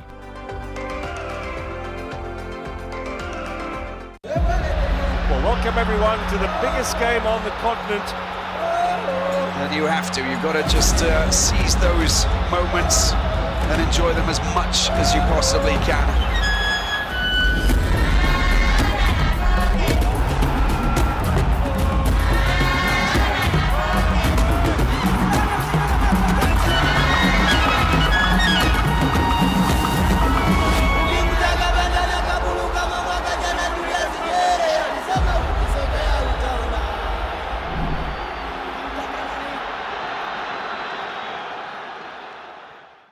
cardinal role of a government is maintaining law and order, safeguarding citizens' rights and providing essential public goods and services. Throughout its tenure, the government has consistently upheld these principles. This foundation creates an environment conducive to delivering crucial social services to citizens through diverse approaches such as taxation, strategic budgeting, and effective policy implementation. A transformative education system, advancing healthcare provisions, enhancing social welfare, and propelling infrastructure growth, all of which continue to evolve daily to cater to the population's expectations. Supported by a meticulously organized network of ministries, government remains committed to serving its citizens. Coming soon on your public broadcaster, The Front Bench, your interface with the government every Monday at 8:30 p.m. with Joram Paul Sonko, only on your public broadcaster, UBC, inspiring Uganda. Junko. Yo. Check the shopping, man. What's your secret? Haven't you heard of the Parish Development Model PDM? Yes, I did, but I thought it was just a talk. No, it is real. I and a few friends together formed a circle, accessed money from the PDM, invested in a poultry project, and now things are moving. Junko, I thought I was one of your friends. You are, but you left me behind. I didn't leave you in poverty. What you do, just visit your LC2 chairperson and your parish chief and start the process of economic transformation. Just like that. The Parish Development Model is an initiative from the government of Uganda through the Ministry of Local Government designed to transform all lives of Ugandans for the better. PDM, my parish, my development, my life.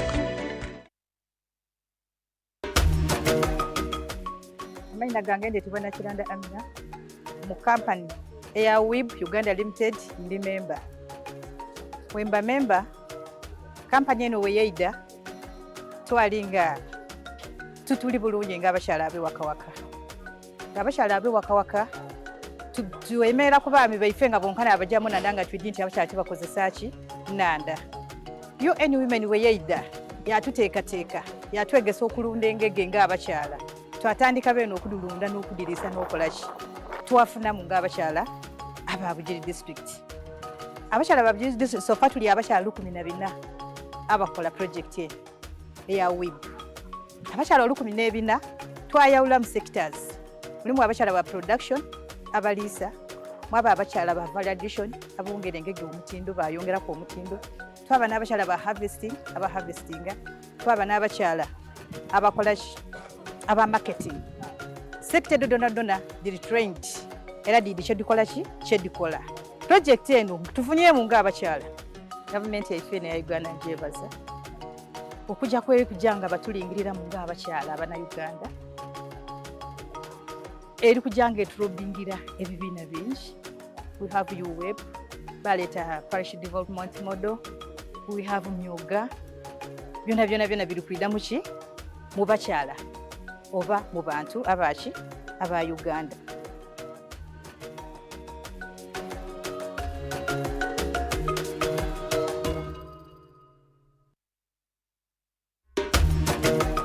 Mukoke Fish Farmers Association tuli balunzi ba byananda ebyebika ebisatu omuli Miracap, tilapia oba engege ni catfish twete male. Group eno twatandika twali abantu basatu nga tulingirira obwetaavu obwebyenanda obwivwa eno okubona nti tufuna okasente akava mu maadi agali gatambula butambule nga gatubita ku wanu ng'ekirabo. Twatandika ni fish pond ndala mu mwaka gw'e2018. Twebaza fisheries officer ni district ya Bugiri babanga batulagirira kusani fish farm ebwikwe inside day ndeyo twabanga tusobola okufuna twetusaako obugege obwasooka era mu mwaka ogwali 2020 awo basobola okubanga batuwaayo ebyenanda emitwalo $4 okuva mu operation werese creation era okuba yongerezaako emmere yatuweebwa okuva Ugachik Poultry Breeders twasobola okuba nga tusoloza akasente akawerera obukayire nga 42 twasobola okuba nga tubuinvestinga oba okubona nti twongerezaako ku bimu ku bintu bye tukola gano twebaza gavumenti yaife okuba nga buli saawa efaayo okuba nga efeeri y'Abannayuganda.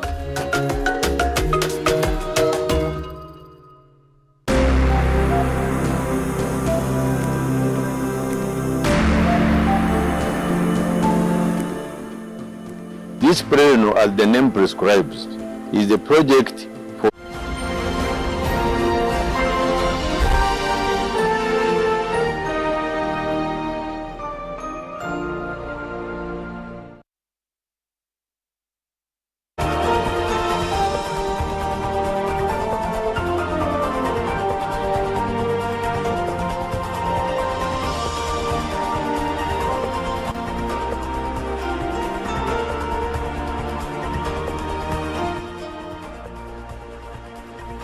Well, we've had so much said about marriage today, and some people believe that marriage belongs to the old ages. Many young men and even women do not believe in the institution of marriage anymore. But still, we have people still in our society that still believe in the institution of marriage and even the sanctity of marriage. Every weekend, you're going to see a wedding taking place in your neighborhood, at your church, and also during the week, you're going to see different weddings going on at the registrar's office. Does that really mean that marriage has lost its flavor? I really don't think so. I believe that people are still interested in marriage, but probably there is need for guidance. Well, my name is Olive Monica Najuma. Thank you so much for being a part of Good Morning Uganda Friday special. And I have a very interesting, a very enlightening guest that I am going to reveal to you just in a minute. But what would you say? What are your sentiments regarding marriage? I'll start with something that my guest shared recently, and he said, I quote, "It is not true that most women today are not marriage material. Truth is that most males in our generation have nothing to offer." These are words of a man, not my words. And he goes on to say, those who have money think they have something to offer, but end up frustrated and screaming, "What do women want?" Those who have lust mistake it for love and end up in self-pity and screaming, open quotes, "It's because I don't have money," end quotes. The real need of a woman is not money or sex, but unconditional love, and she will unleash glory like never seen before. Doubt it and you will maintain your struggle in emptiness. Now, my guest today is Pastor Cyrus Rod of Dominion Faith Church in Kisasi. He's going to be joining this conversation with me. And also, why is it that we decided to have Pastor Cyrus Rod here? Well, Pastor Cyrus Rod recently celebrated 20 years of holy matrimony. Now, today, how many people do you know in your circles have celebrated even 5 years in marriage? Some of the most expensive weddings we have seen in our country. Sometimes when you see the groom or the bride maybe 6 months to a year later or two, you're like, how is your husband? How is your wife? And their answer is usually, we are not together anymore. So what is happening in marriages?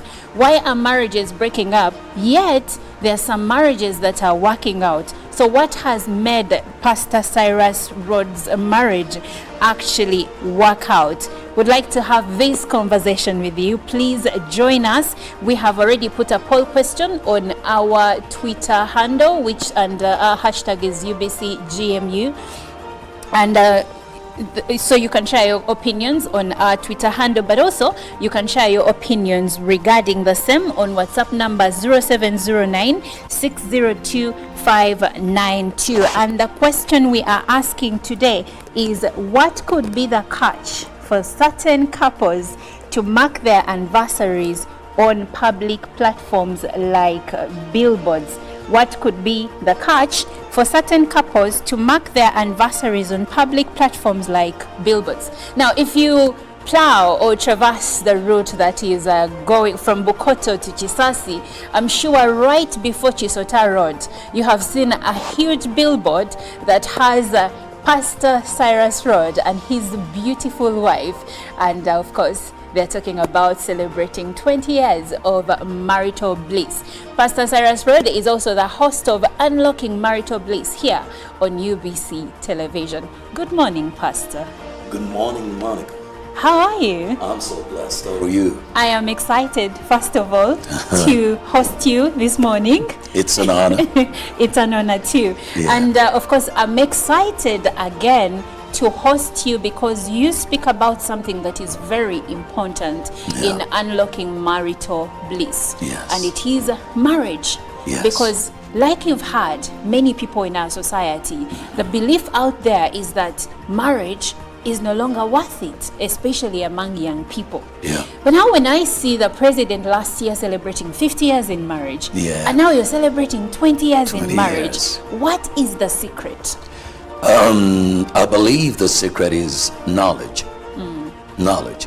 Most people are getting to marriage, but they're just playing games. There's a lot of games.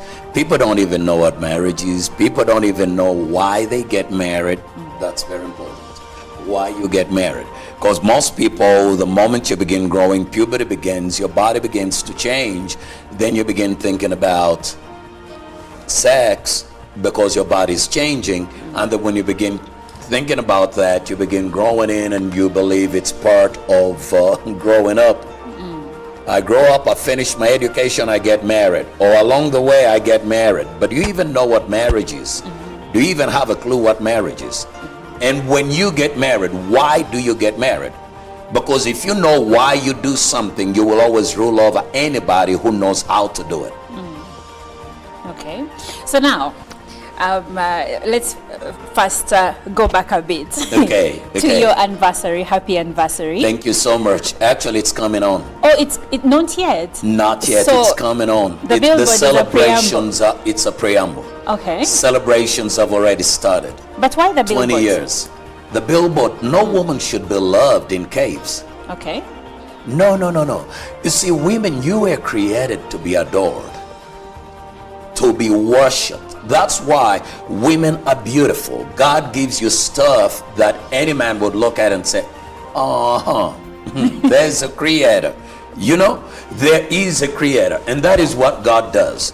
So women are beautiful. And when you love her, you don't do it in caves. You don't hide it away. Okay? I believe that since this is Good Morning Uganda, and we're talking to Ugandans right now, one of the problems we have is something called, treat her mean, keep her kin. Treat her mean, keep her kin. Yeah. What does that mean? That is so dangerous. But that is probably 90% of men in Uganda believe that. Treat her mean. In other words, come back home late in the night. Give no explanation. Give no explanation. Don't try to tell her I love you. Treat her like trash, lest she loses respect for you. That's what most men believe. That she will begin familiarizing you. You have to keep her low, treat her mean, so that she will have some enthusiasm to stay with you. And most men don't believe I have to come and say I love you. When you say to a woman, I love you, you're the best, then she's going to begin treating you like trash. That's a lie. That's the treat her mean, keep her kin. You keep her enthusiasm by treating her mean. That is nonsense. A woman should be treated generously. Generously, not you bring and then you treat her mean. No. You tell the world, this is the woman I love. The world must know. You don't do it from caves. You don't do it from within hidings. You don't do that. A woman is supposed to be brought forth. Take a look at when we are getting married. When you go to a wedding in a church, what happens? The groom and the best man will just walk in. Nobody's bothered. Oh, okay. Groom, whatever. But when they tell you it's time for the bride, everybody gets up. Stand up. Everyone. It's time for the bride. And at that moment, there's glory, attention. A woman is designed for that attention. You get it? Everyone, look over here. This is the one I've chosen. Everybody come over. This is who is my girl. Let all the attention be upon her. Well, the Bible says that he who finds a wife finds a good thing. It doesn't say that she who finds No. Women are to be found. Okay? You don't have to seek. Your glory is enough to be sought after. Your glory is enough to be sought after. So when you ask, what about the billboard? In fact, according to the word, the Bible says in Genesis 2:24, and the two shall become one flesh. That word one flesh in the Hebrew literally means to publish, to bring news, to open up. In other words, you become a billboard of God that look over here. We are married, we are one, this is unity, and this is what God wants for us. This is what God has planned for us. You get it? We are reflecting God. So most of us here have a problem with saying, I love you. I believe in you. You're the best thing. And telling the world about your wife, we have a problem. We don't express love, affection. We don't express the affection. We don't bring it forth because we're so scared. We believe in this philosophy, treat her mean, keep her keen. And that is how we believe we can control a woman. But bring her out, get her out of the shadows. It's all about her glory. I mean, she's amazing. Bring her forth. She's God's piece of art. Piece of art. You got to tell, and I got to tell the world that look over here. Not everybody. First of all, I've got to bring her out. Number two, I have to tell the world, not everybody's failing in marriage, because you have more in the news about people failing in marriage. Well, bad news travels fast. Now it's time for good news to travel.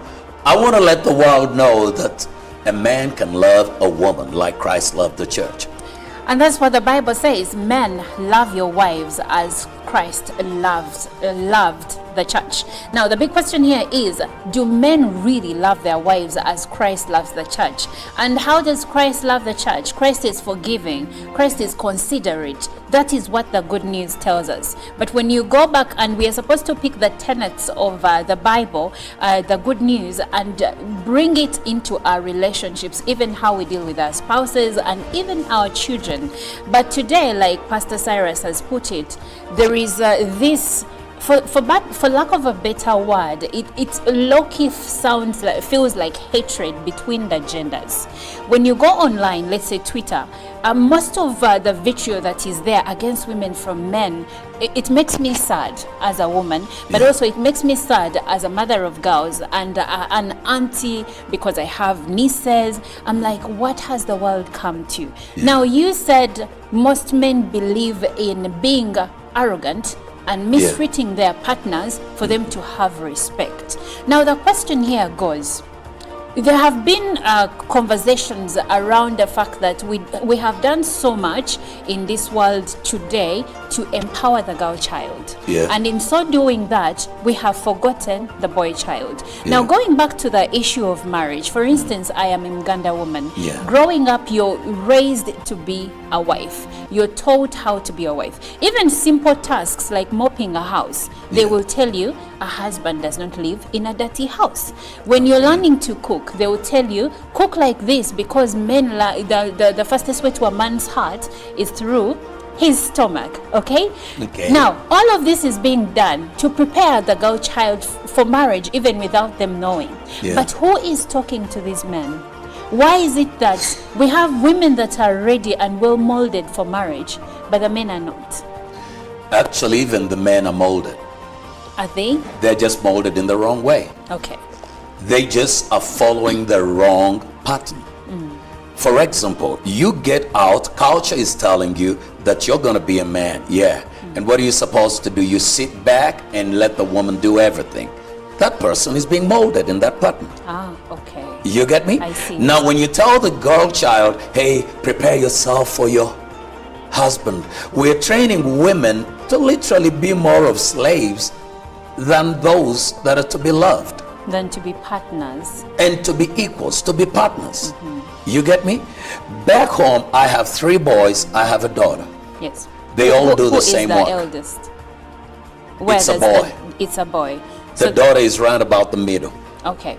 So does She's the third. All right. They all cook. They all mop. They all do the same work. Because I've told my boys, look over here. If you're going to be a man, you're the head. And the head means the source. So everything is going to start from you. So if you're going to talk about cooking, cooking starts from you. You're the head. You're going to talk about provision, provision starts from you. You're the head. You're going to talk about character, character starts from you. You're the head. Whatever we are going to be able to bring forth starts from us as the man. Yes. Now when somebody comes up and says, well, it's only the women that are being taught. No, the men are just being taught wrongly. Okay? They are following a very bad example. Here you are, you're a father. You don't take care of these kids. You are never there. You don't help with house chores. You only have a house. You don't know how to build a home. You think if I do the dishes, then I'm no longer a man. We don't even understand what manhood is.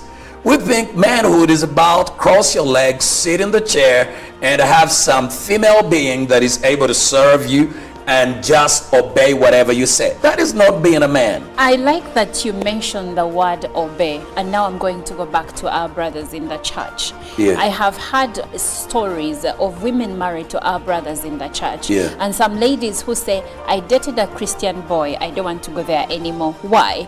Because there is the Proverbs 31 wife. You've heard of it. Yeah. Of course, the Proverbs 31st wife says, the 31 wife, yeah, she finds a field, she buys it, she works in the field.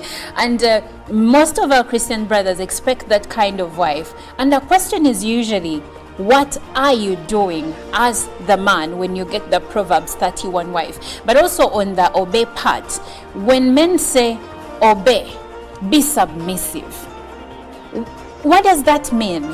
Because it is bringing friction between the genders. Now, when you talk about obey and then submission, obey is not a bad word, and neither is submission. Submit and However, submission, let me bring submission first. Submission is not gender sensitive. Well, for most people, they think. No, that's a wrong understanding of scripture. In fact, anybody who's going to walk with God is going to discover that you have to submit to God. Yes. Now, if I can submit to God as a man, why should I believe when I come to being with a woman, I don't submit? No, submission is not gender sensitive. I've heard people say, well, women submit, men love. That is very narrow understanding Isn't of God's that what word. scripture says? Do you know scripture also says submit one to another out of reverence for Christ? Yes. Submit one to another. Yes. And it goes ahead to say, older women in Titus, older women teach the younger women how to love their husbands. So it's not only a man's duty to love. Even the woman can do it. Is supposed to do it. It's not a woman's duty to submit. Even the man submits. So how does a man submit to his wife? Very simple. I mean, we come home, and then you are there, and then you say, hey, honey, you're back? Yeah, we have some work to do. Can you please do the dishes while I prepare this? We all came back home, okay?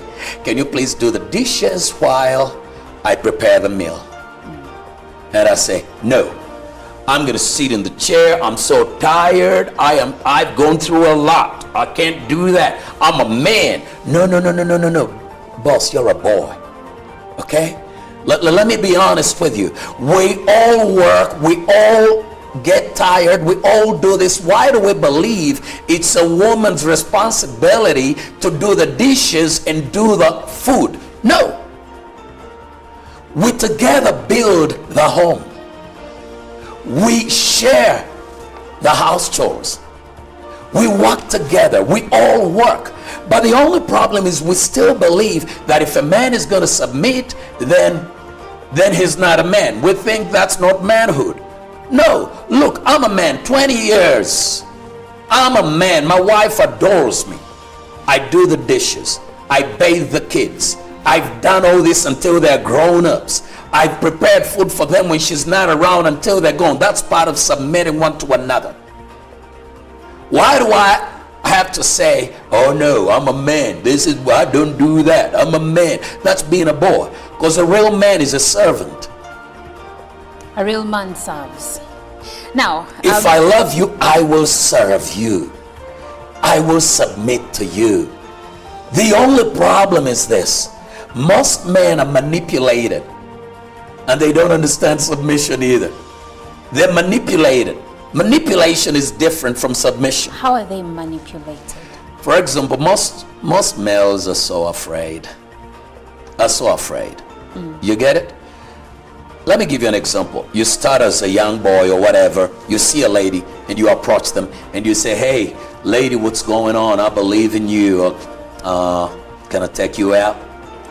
But by the time I come, I am already prepared. I have everything set. I have a lot of masks on so that you may accept me. So the challenge is this. This is the challenge. You meet a man, fears to be rejected, but wants a woman. Okay? So what am I going to do? You're told to put your best foot forward. What we call best foot forward is called a mask. So I hide who you really are. Thank you. And then I come, especially with most boys today, I start with money. You're calling fellow men boys. No. Being a man is not by birth. Being a man is by choice. The character I'm describing is for boys. Okay? Fair enough. The character I'm describing is for boys. Men don't do that. If I come and say, hey, Monica, how are you doing? Can I take you out? Everything is on me. And by the way, I just came back from Germany. And by the way, I just got a few containers at URA. And also own the other building downtown Kampala. And I can take care of you. And what do? You feel like, oh yeah, I got this one. Finally, I'm home. And then we go. Then when we go, I keep trying to maintain this standard this mask that I picture, this image I projected before you. Now, when you try to tell me anything that goes away, I'm always trying to please you in this manner. But I'm not being me. I haven't given myself to you. I've given a mask to you. Okay, we would like for you to join this very interesting conversation. Today we are speaking marriage. Now my guest, who is Pastor Cyrus Rod of Dominion Faith Church in Kisasi, is going to celebrate 20 years of marriage. And as he does this, he said that this is a preamble. He put a billboard on the road that goes to Kisasi, just after Bukoto, before Chisota Road. If you've gone that route, you have seen this billboard with his beautiful wife. And so the question we are asking, what could be the catch for certain couples to mark their anniversaries on public platforms like billboards? You can join this conversation on WhatsApp number 0709-602-592. And for those on the X app, you can join the conversation. The hashtag is UBCGMU. Let's have that conversation with you. Now, I have a comment coming through, and this one says, good morning, Olive and our guest. Marriage is a wide thing that every partner shouldn't take lightly. Most people nowadays build their relationships on excitement, lust, and material desires, and ignore key things like love, trust, and sacrifice. Trust me, for every marriage to last forever, it must bear love first. And trust and sacrifices. After all, we are humans, and we expect both good and bad times to happen in our lives. And he goes on to say, so my advice to couples is to think of marriage as another stage of life that is also wide with the thick and thin, not to take it for granted at all while starting it. And this is from Cricket Derek Gagamel from Makinde Luafu. Thank you so much, Cricket, for weighing in. Now coming back to you, Pastor. Yeah. This gentleman has shared some nuggets, and he seems to be in agreement with That's you. very true. I agree with him. Mm-hmm. So now, you mentioned, you defined to us what submission means. Yes, I would like to I give myself over to you. Exactly. But now, obey. Obey. Because we normally hear these two words, submit and obey. But obey is very simple. It's just like, hey, Monica, please give me your watch. And what do? You hand the watch over. That's simple obedience. Okay? Now you come back home and you meet your wife and she says, hey honey, can you please do this? You see, boys have a problem. When they tell me, do this, I think, I'm gonna lose my manhood. Oh my God, I'm gonna lose my manhood. When I obey a woman, I'm losing my manhood. No, you are obeying your lover because you fear God. You are obeying your lover because you fear God. You're not losing your manhood. When a woman tells you to do something, it's your lover telling you to do something, and you obey them out of love because you love them. You obey them because you love them. There's nothing to be ashamed of. That's why many men today, they're so bored, so tired, so empty, because they think it's all about them. That's not love. Love is about, it's all about you, not me. So I do all the payments, I sacrifice, so you benefit. So going back to the billboard, by the way, you have a very beautiful wife. Thank you so much. So someone has asked a question on Twitter, whether, of course you've already explained why there is a billboard, but for this person, you still need to give them an answer. He's inquiring whether it could be that it is your way of apologizing to your wife for something that you did. Now, if I'm going to apologize to my wife, I think it is so ridiculous for me to go and put her on a billboard. Well, you show her, baby, you're the only one. No, baby, you're the only one. Let me tell you something. Most people, for example, if I have wronged my wife, I shouldn't earn her forgiveness. Okay. You get the picture? Yes. No, she's supposed to give it to me freely. If she wrongs me, she shouldn't earn my forgiveness. I'm supposed to give it to her freely. Okay. So why should I go on a billboard saying, forgive me? Why should I go out there to plead to somebody I live with in my house? That is manipulation. That's the manipulative bit where most couples are falling. The manipulative bit. Because I can't come to you and I say, I'm sorry. Then I come buy flowers and do what? It's just like many guys, boys. Yes. They come around and they meet you. We've been talking, then we have some misunderstanding. Then I begin sensing you're about to go. Then I run to someplace, buy flowers, buy a ring. Quickly, before you really turn tables on me, I take a knee. Please, baby, will you marry me? Then I think by taking a knee, I'm erasing the other stuff. But it is still there. It's still there. And most women will simply say yes, thinking now by saying yes, they're going to be erasing the other stuff. No. So basically what you're saying is that a ring does not erase let me not call them crimes, but a ring does not erase the pain or the unresolved issues that you got to learn there. how to resolve issues. And if you're going to resolve issue, you have to talk about stuff. I tell men, when a woman corrects you, it's not that she hates you. It's part of love.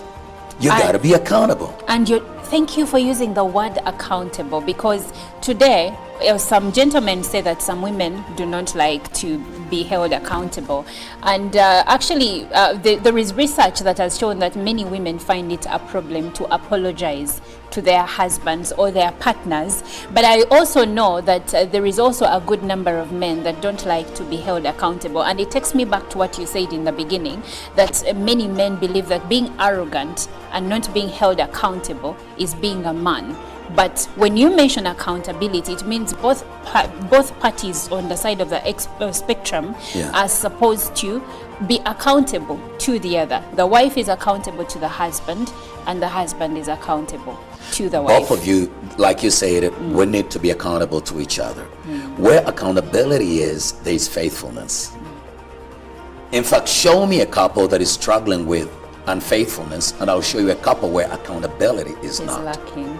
Well, I have some more views coming through. This one is from Bambale Enos from Kasanda, and he says, I have personally enjoyed the presentation, especially I have learned that both a man and a woman ought to be submissive to each other.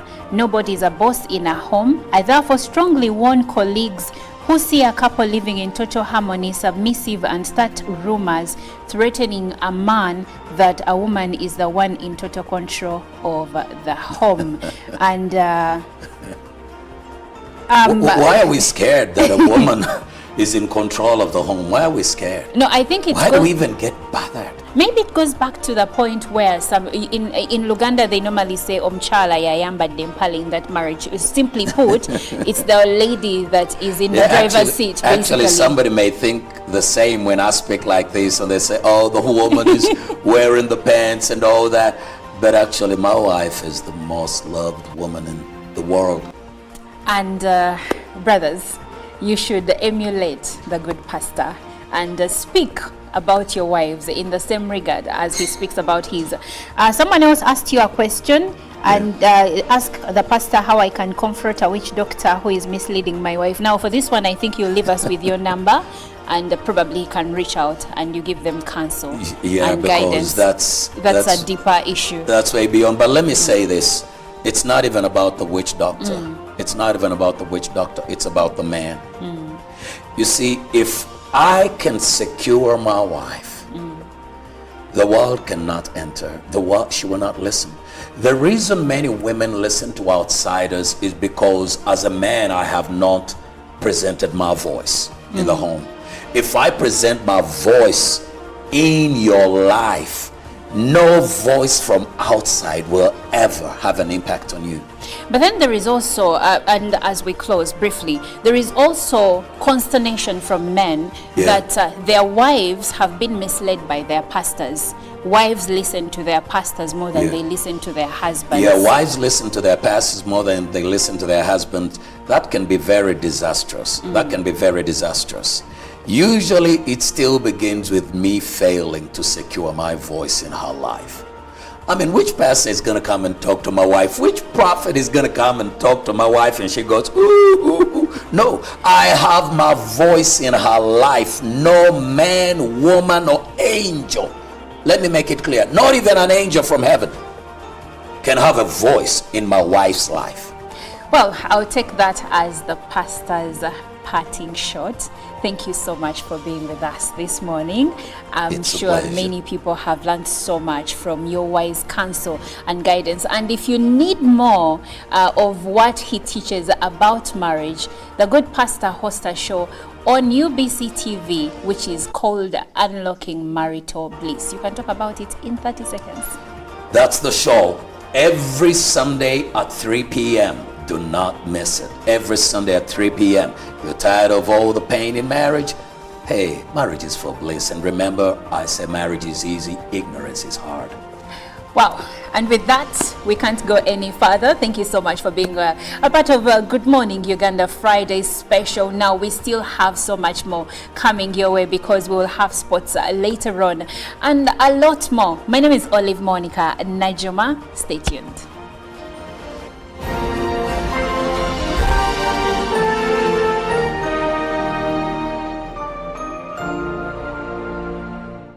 This weekend on UBC. When we are talking about church and marriage, Silas, I want to urge the leaders, the clergy, the pastors, the bishops to practice the life-affirming theologies. Say that again. We need these life-affirming theologies as we preach the word of God. And when it comes to marriage, yes, unless otherwise, we are burying everything on the pulpit. Long ago, our parents used to help and support when it comes to bride price. Yeah, what has happened to you these days? First of all, now we don't have so many parents who are still alive. That their parents who are alive. That's why I said we don't have so many. Okay. Then the other thing, they also don't have the money. Then the other thing, by the way, they've spent the money ensuring that these people earn the best education. So what can we do now, Silas? Is can we sit down both parties? You love my daughter? Very good. Yes. What can you afford? So that you can start that life. When you get rich, you'll be bringing in things to our home. This weekend on UBC. Pick of the day on UBC. One-on-one with Michael Jordan Lukomwao. A weekly face-to-face conversation focusing on accountability, inspiration, information, and sensitization of the public from the various sources such as inspirational profiles. Having a disability is not inability. Every Friday 9 p.m. it's one-on-one with Michael Jordan Lukomwao. Don't you see anywhere that you would give a credit in the fight against COVID? My role as the owner of the country is not to, be preoccupied by giving credit to my servant. We have said that if we are to talk to General Museveni, there must be certain conditions in place. Is it true that you paid 5 million shillings to MPs that voted for? Was brought to you by MTN Momo Pay is the easy way to pay. Dial *165*3# or use the MTN Momo app. You don't need cash. MTN Momo Pay is safe and free. Tarehe Sita is a crucial day in Uganda's history. It is marked annually to remember the day when the National Resistance Army, led by Yoweri Museveni and 27 armed men, attacked Kabamba military barracks in Mubende district. The attack led to the 5-year Luwero Bush War that brought President Museveni to power on 26th January 1986. This year, the 43rd Tarehe Sita celebrations will be held under the theme celebrating the people's struggle for unity, security and peace for socio-economic transformation. The event is on Tuesday 6th February at Bugweri.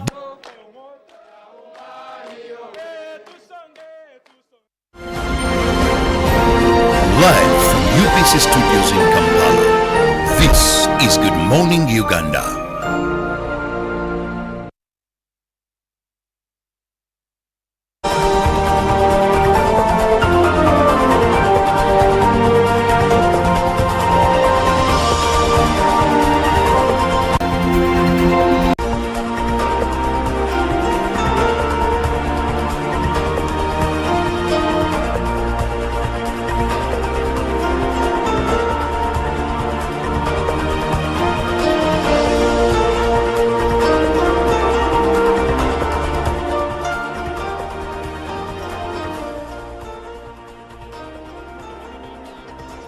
You missed the previous segment, you did a disservice to yourself, my friend. You needed to have watched it, but if in case you missed it, go back to our YouTube channel and you'll be able to catch up, and you'll be able to get some few tips on how to have that blitz in your marriage, but also to the young men out there, like so. Messages were put out for you and bullets were being shot, for you. I hope you have picked something. It's time for us to take a look at what movie recommendations we have for you for this weekend. You especially who is planning to... Olive, good morning. Good morning, Olive. How are you today? I'm lovely. How are you? I am in the weekend mood, as you can tell. I've not missed that. I'm very excited and I'm hoping that our viewer is doing pretty well. For themselves, it's a bit chilly in some areas, so please stay warm. But it is Good Morning Uganda Friday special. Welcome to the weekend. We start the weekend on Thursday evening but we bring it to you on Friday morning. Welcome to the show. And then it's been 1 week since the primary leaving examination results were released. Many parents yesterday started visiting different centers for selections to see which secondary schools their children may be joining. So children are now transitioning from one level of education to the next level of education. And of course, on Monday, the academic year for those that are under the Uganda National Examinations Board syllabus will be starting. And later on, we will be having a conversation with holiday makers to tell us how they are ready for a new year of school, but also for a new class and a new term. Are they ready? But what have they been up to this holiday? That and more will be coming up later on Good Morning Uganda. So we have so much for you to unpack. Please don't go anywhere because honestly, where would you go? Where? It is Good Morning Uganda, and being Friday, we have the Friday special, so much that is gathered for you.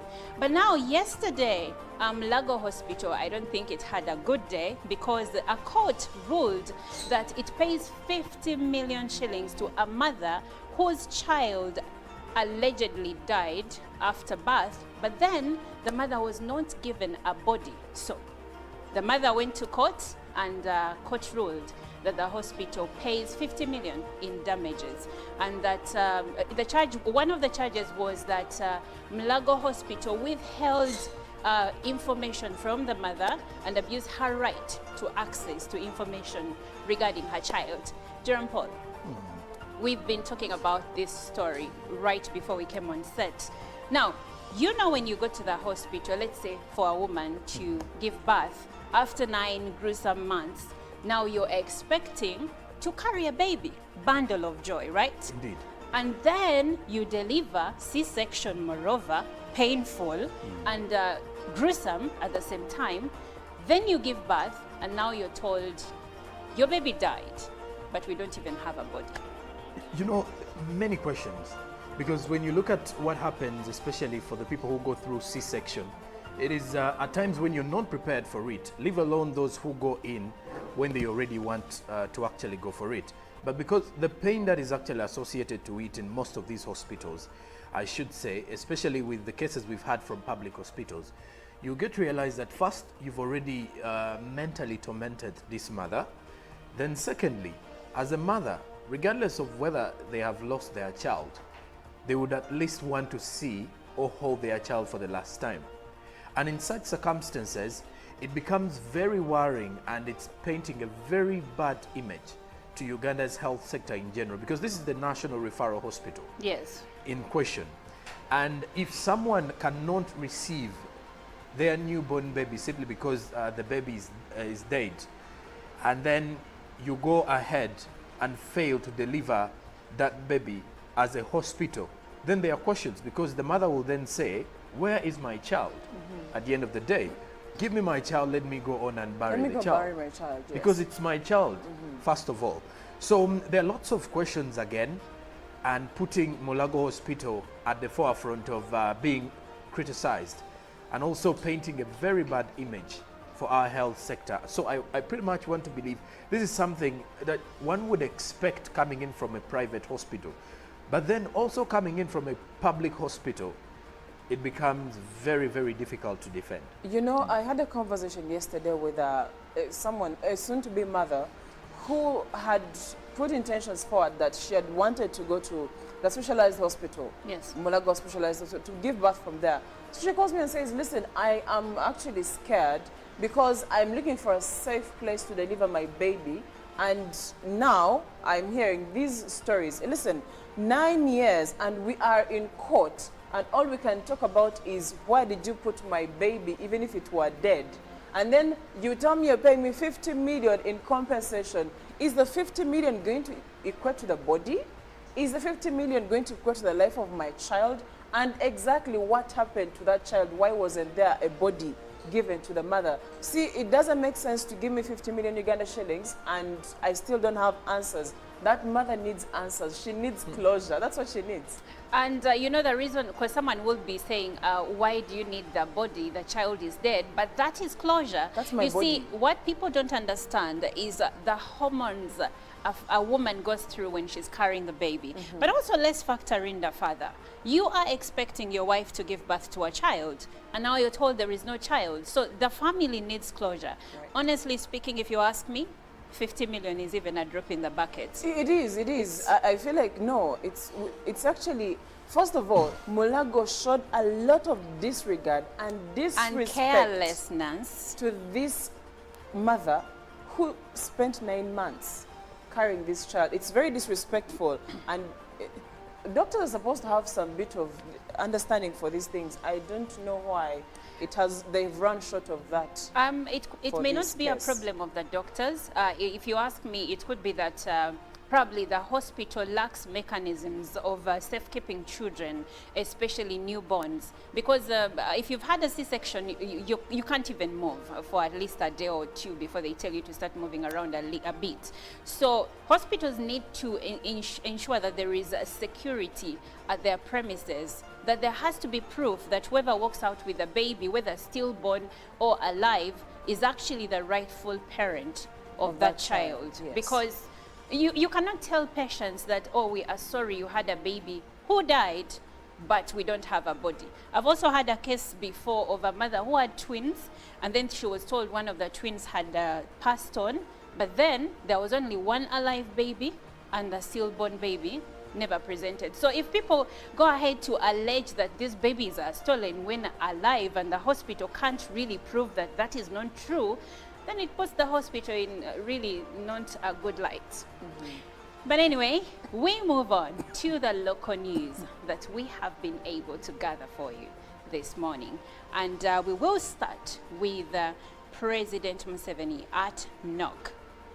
President Museveni on Wednesday commended the National Organizing Committee for successfully organizing the Non-Aligned Movement Summit and the G77+ China summits that were held in Uganda last month.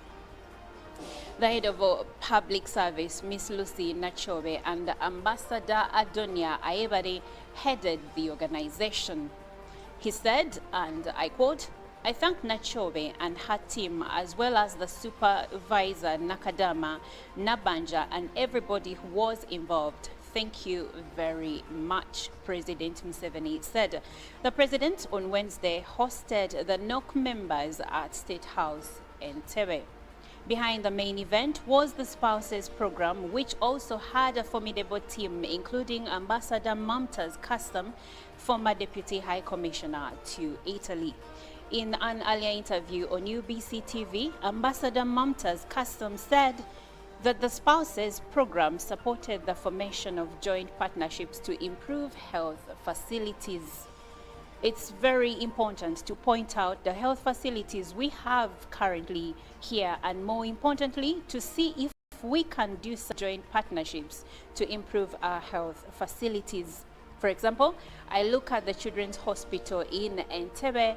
It's a very successful hospital built by an Italian NGO together with Uganda Ministry of Health and other government agencies. It's a completely free. And moving on, the Prime Minister of Uganda, Right Honorable Robina Nabanja, has held bilateral talks with the Italian Deputy Prime Minister and Minister for Foreign Affairs and International Cooperation, Right Honorable Antonio Tajani, on strategies to bolster strong partnerships between the two countries. The meeting took place at the Ministry of Foreign Affairs.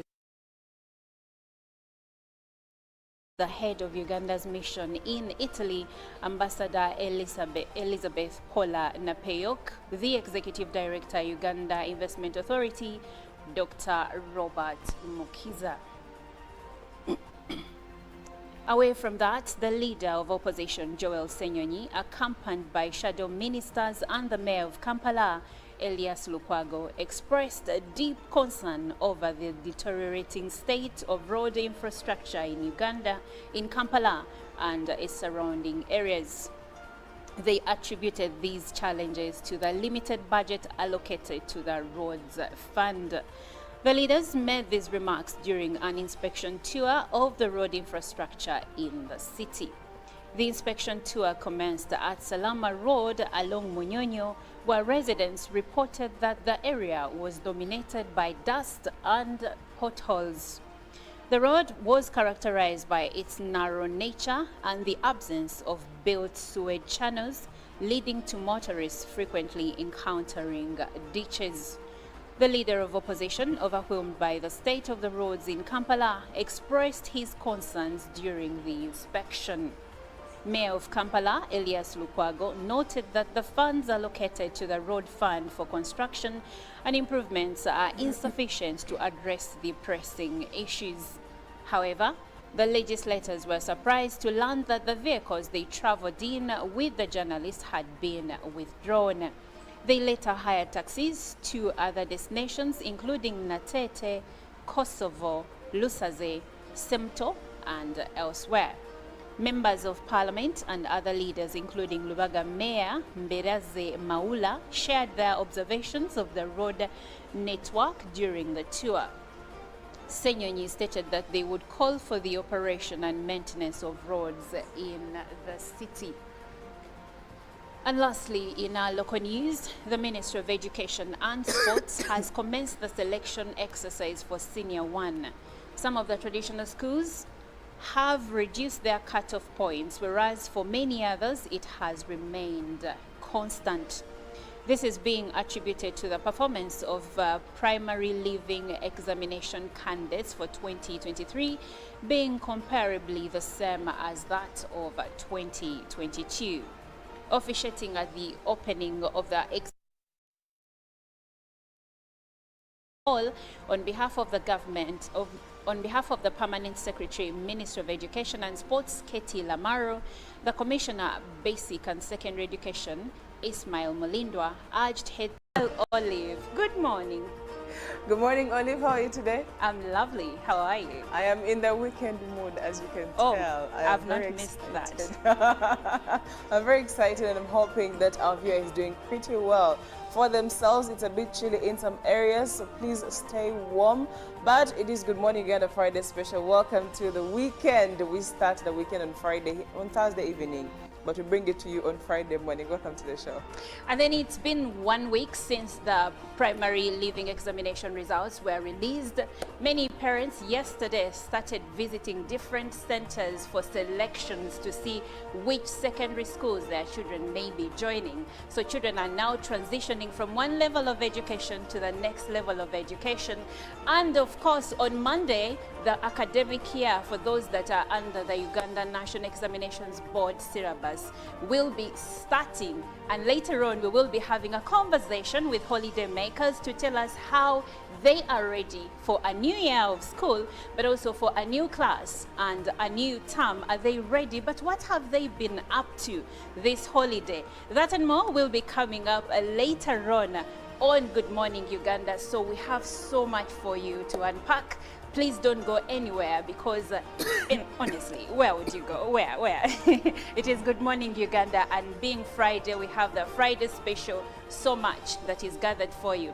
But now, yesterday, Lago Hospital, I don't think it had a good day, because a court ruled that it pays 50 million shillings to a mother whose child allegedly died after birth, but then the mother was not given a body. So the mother went to court, and court ruled that the hospital pays 50 million in damages, and that one of the charges was that Mulago Hospital withheld information from the mother and abused her right to access to information regarding her child.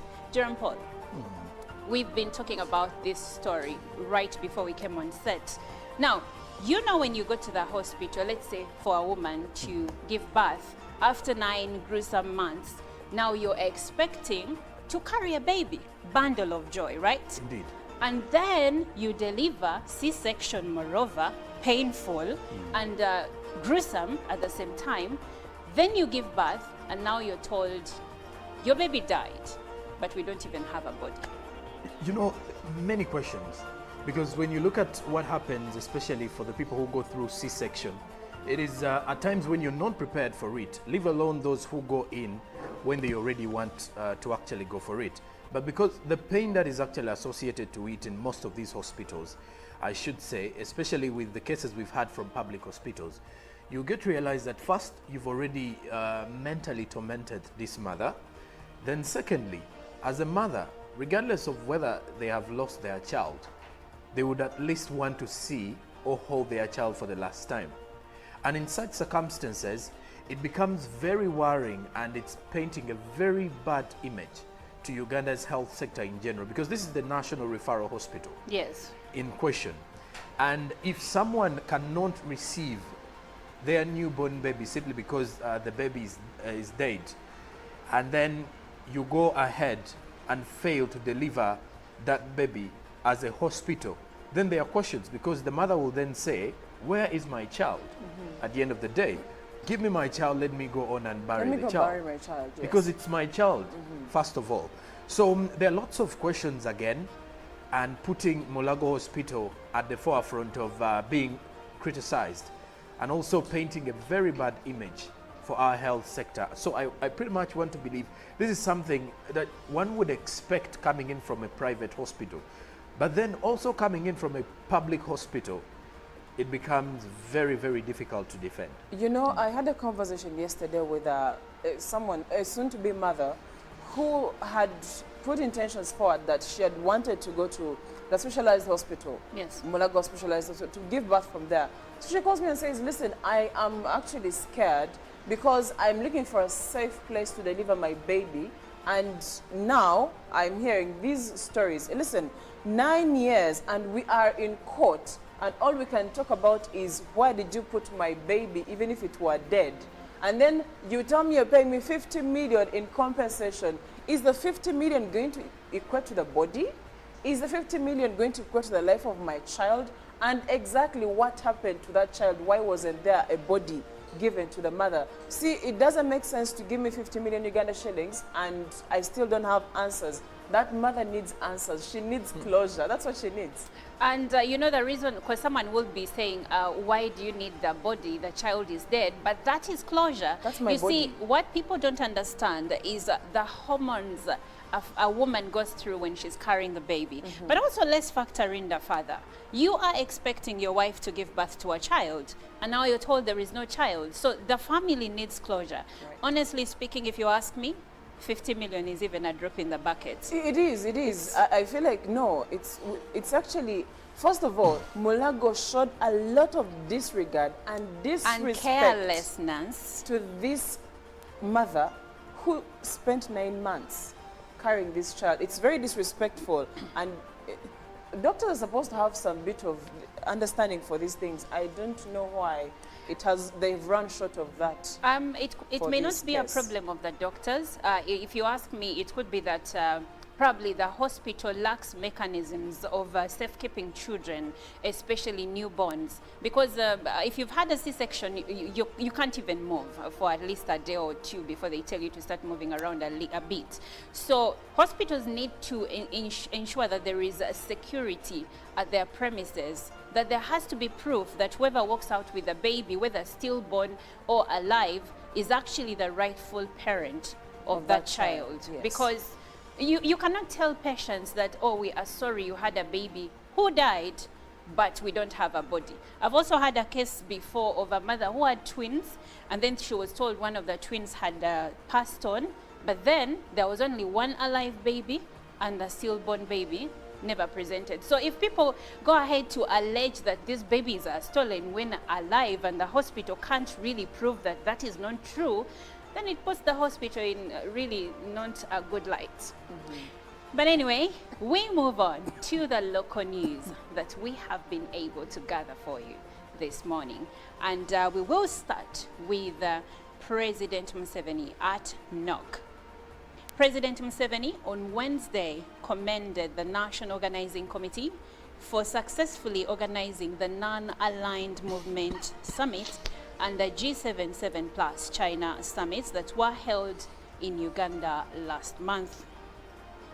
The head of public service, Miss Lucy Nachobe, and Ambassador Adonia Ayebare headed the organization. He said, and I quote, I thank Nachobe and her team, as well as the supervisor Nakadama, Nabanja, and everybody who was involved. Thank you very much, President Museveni said.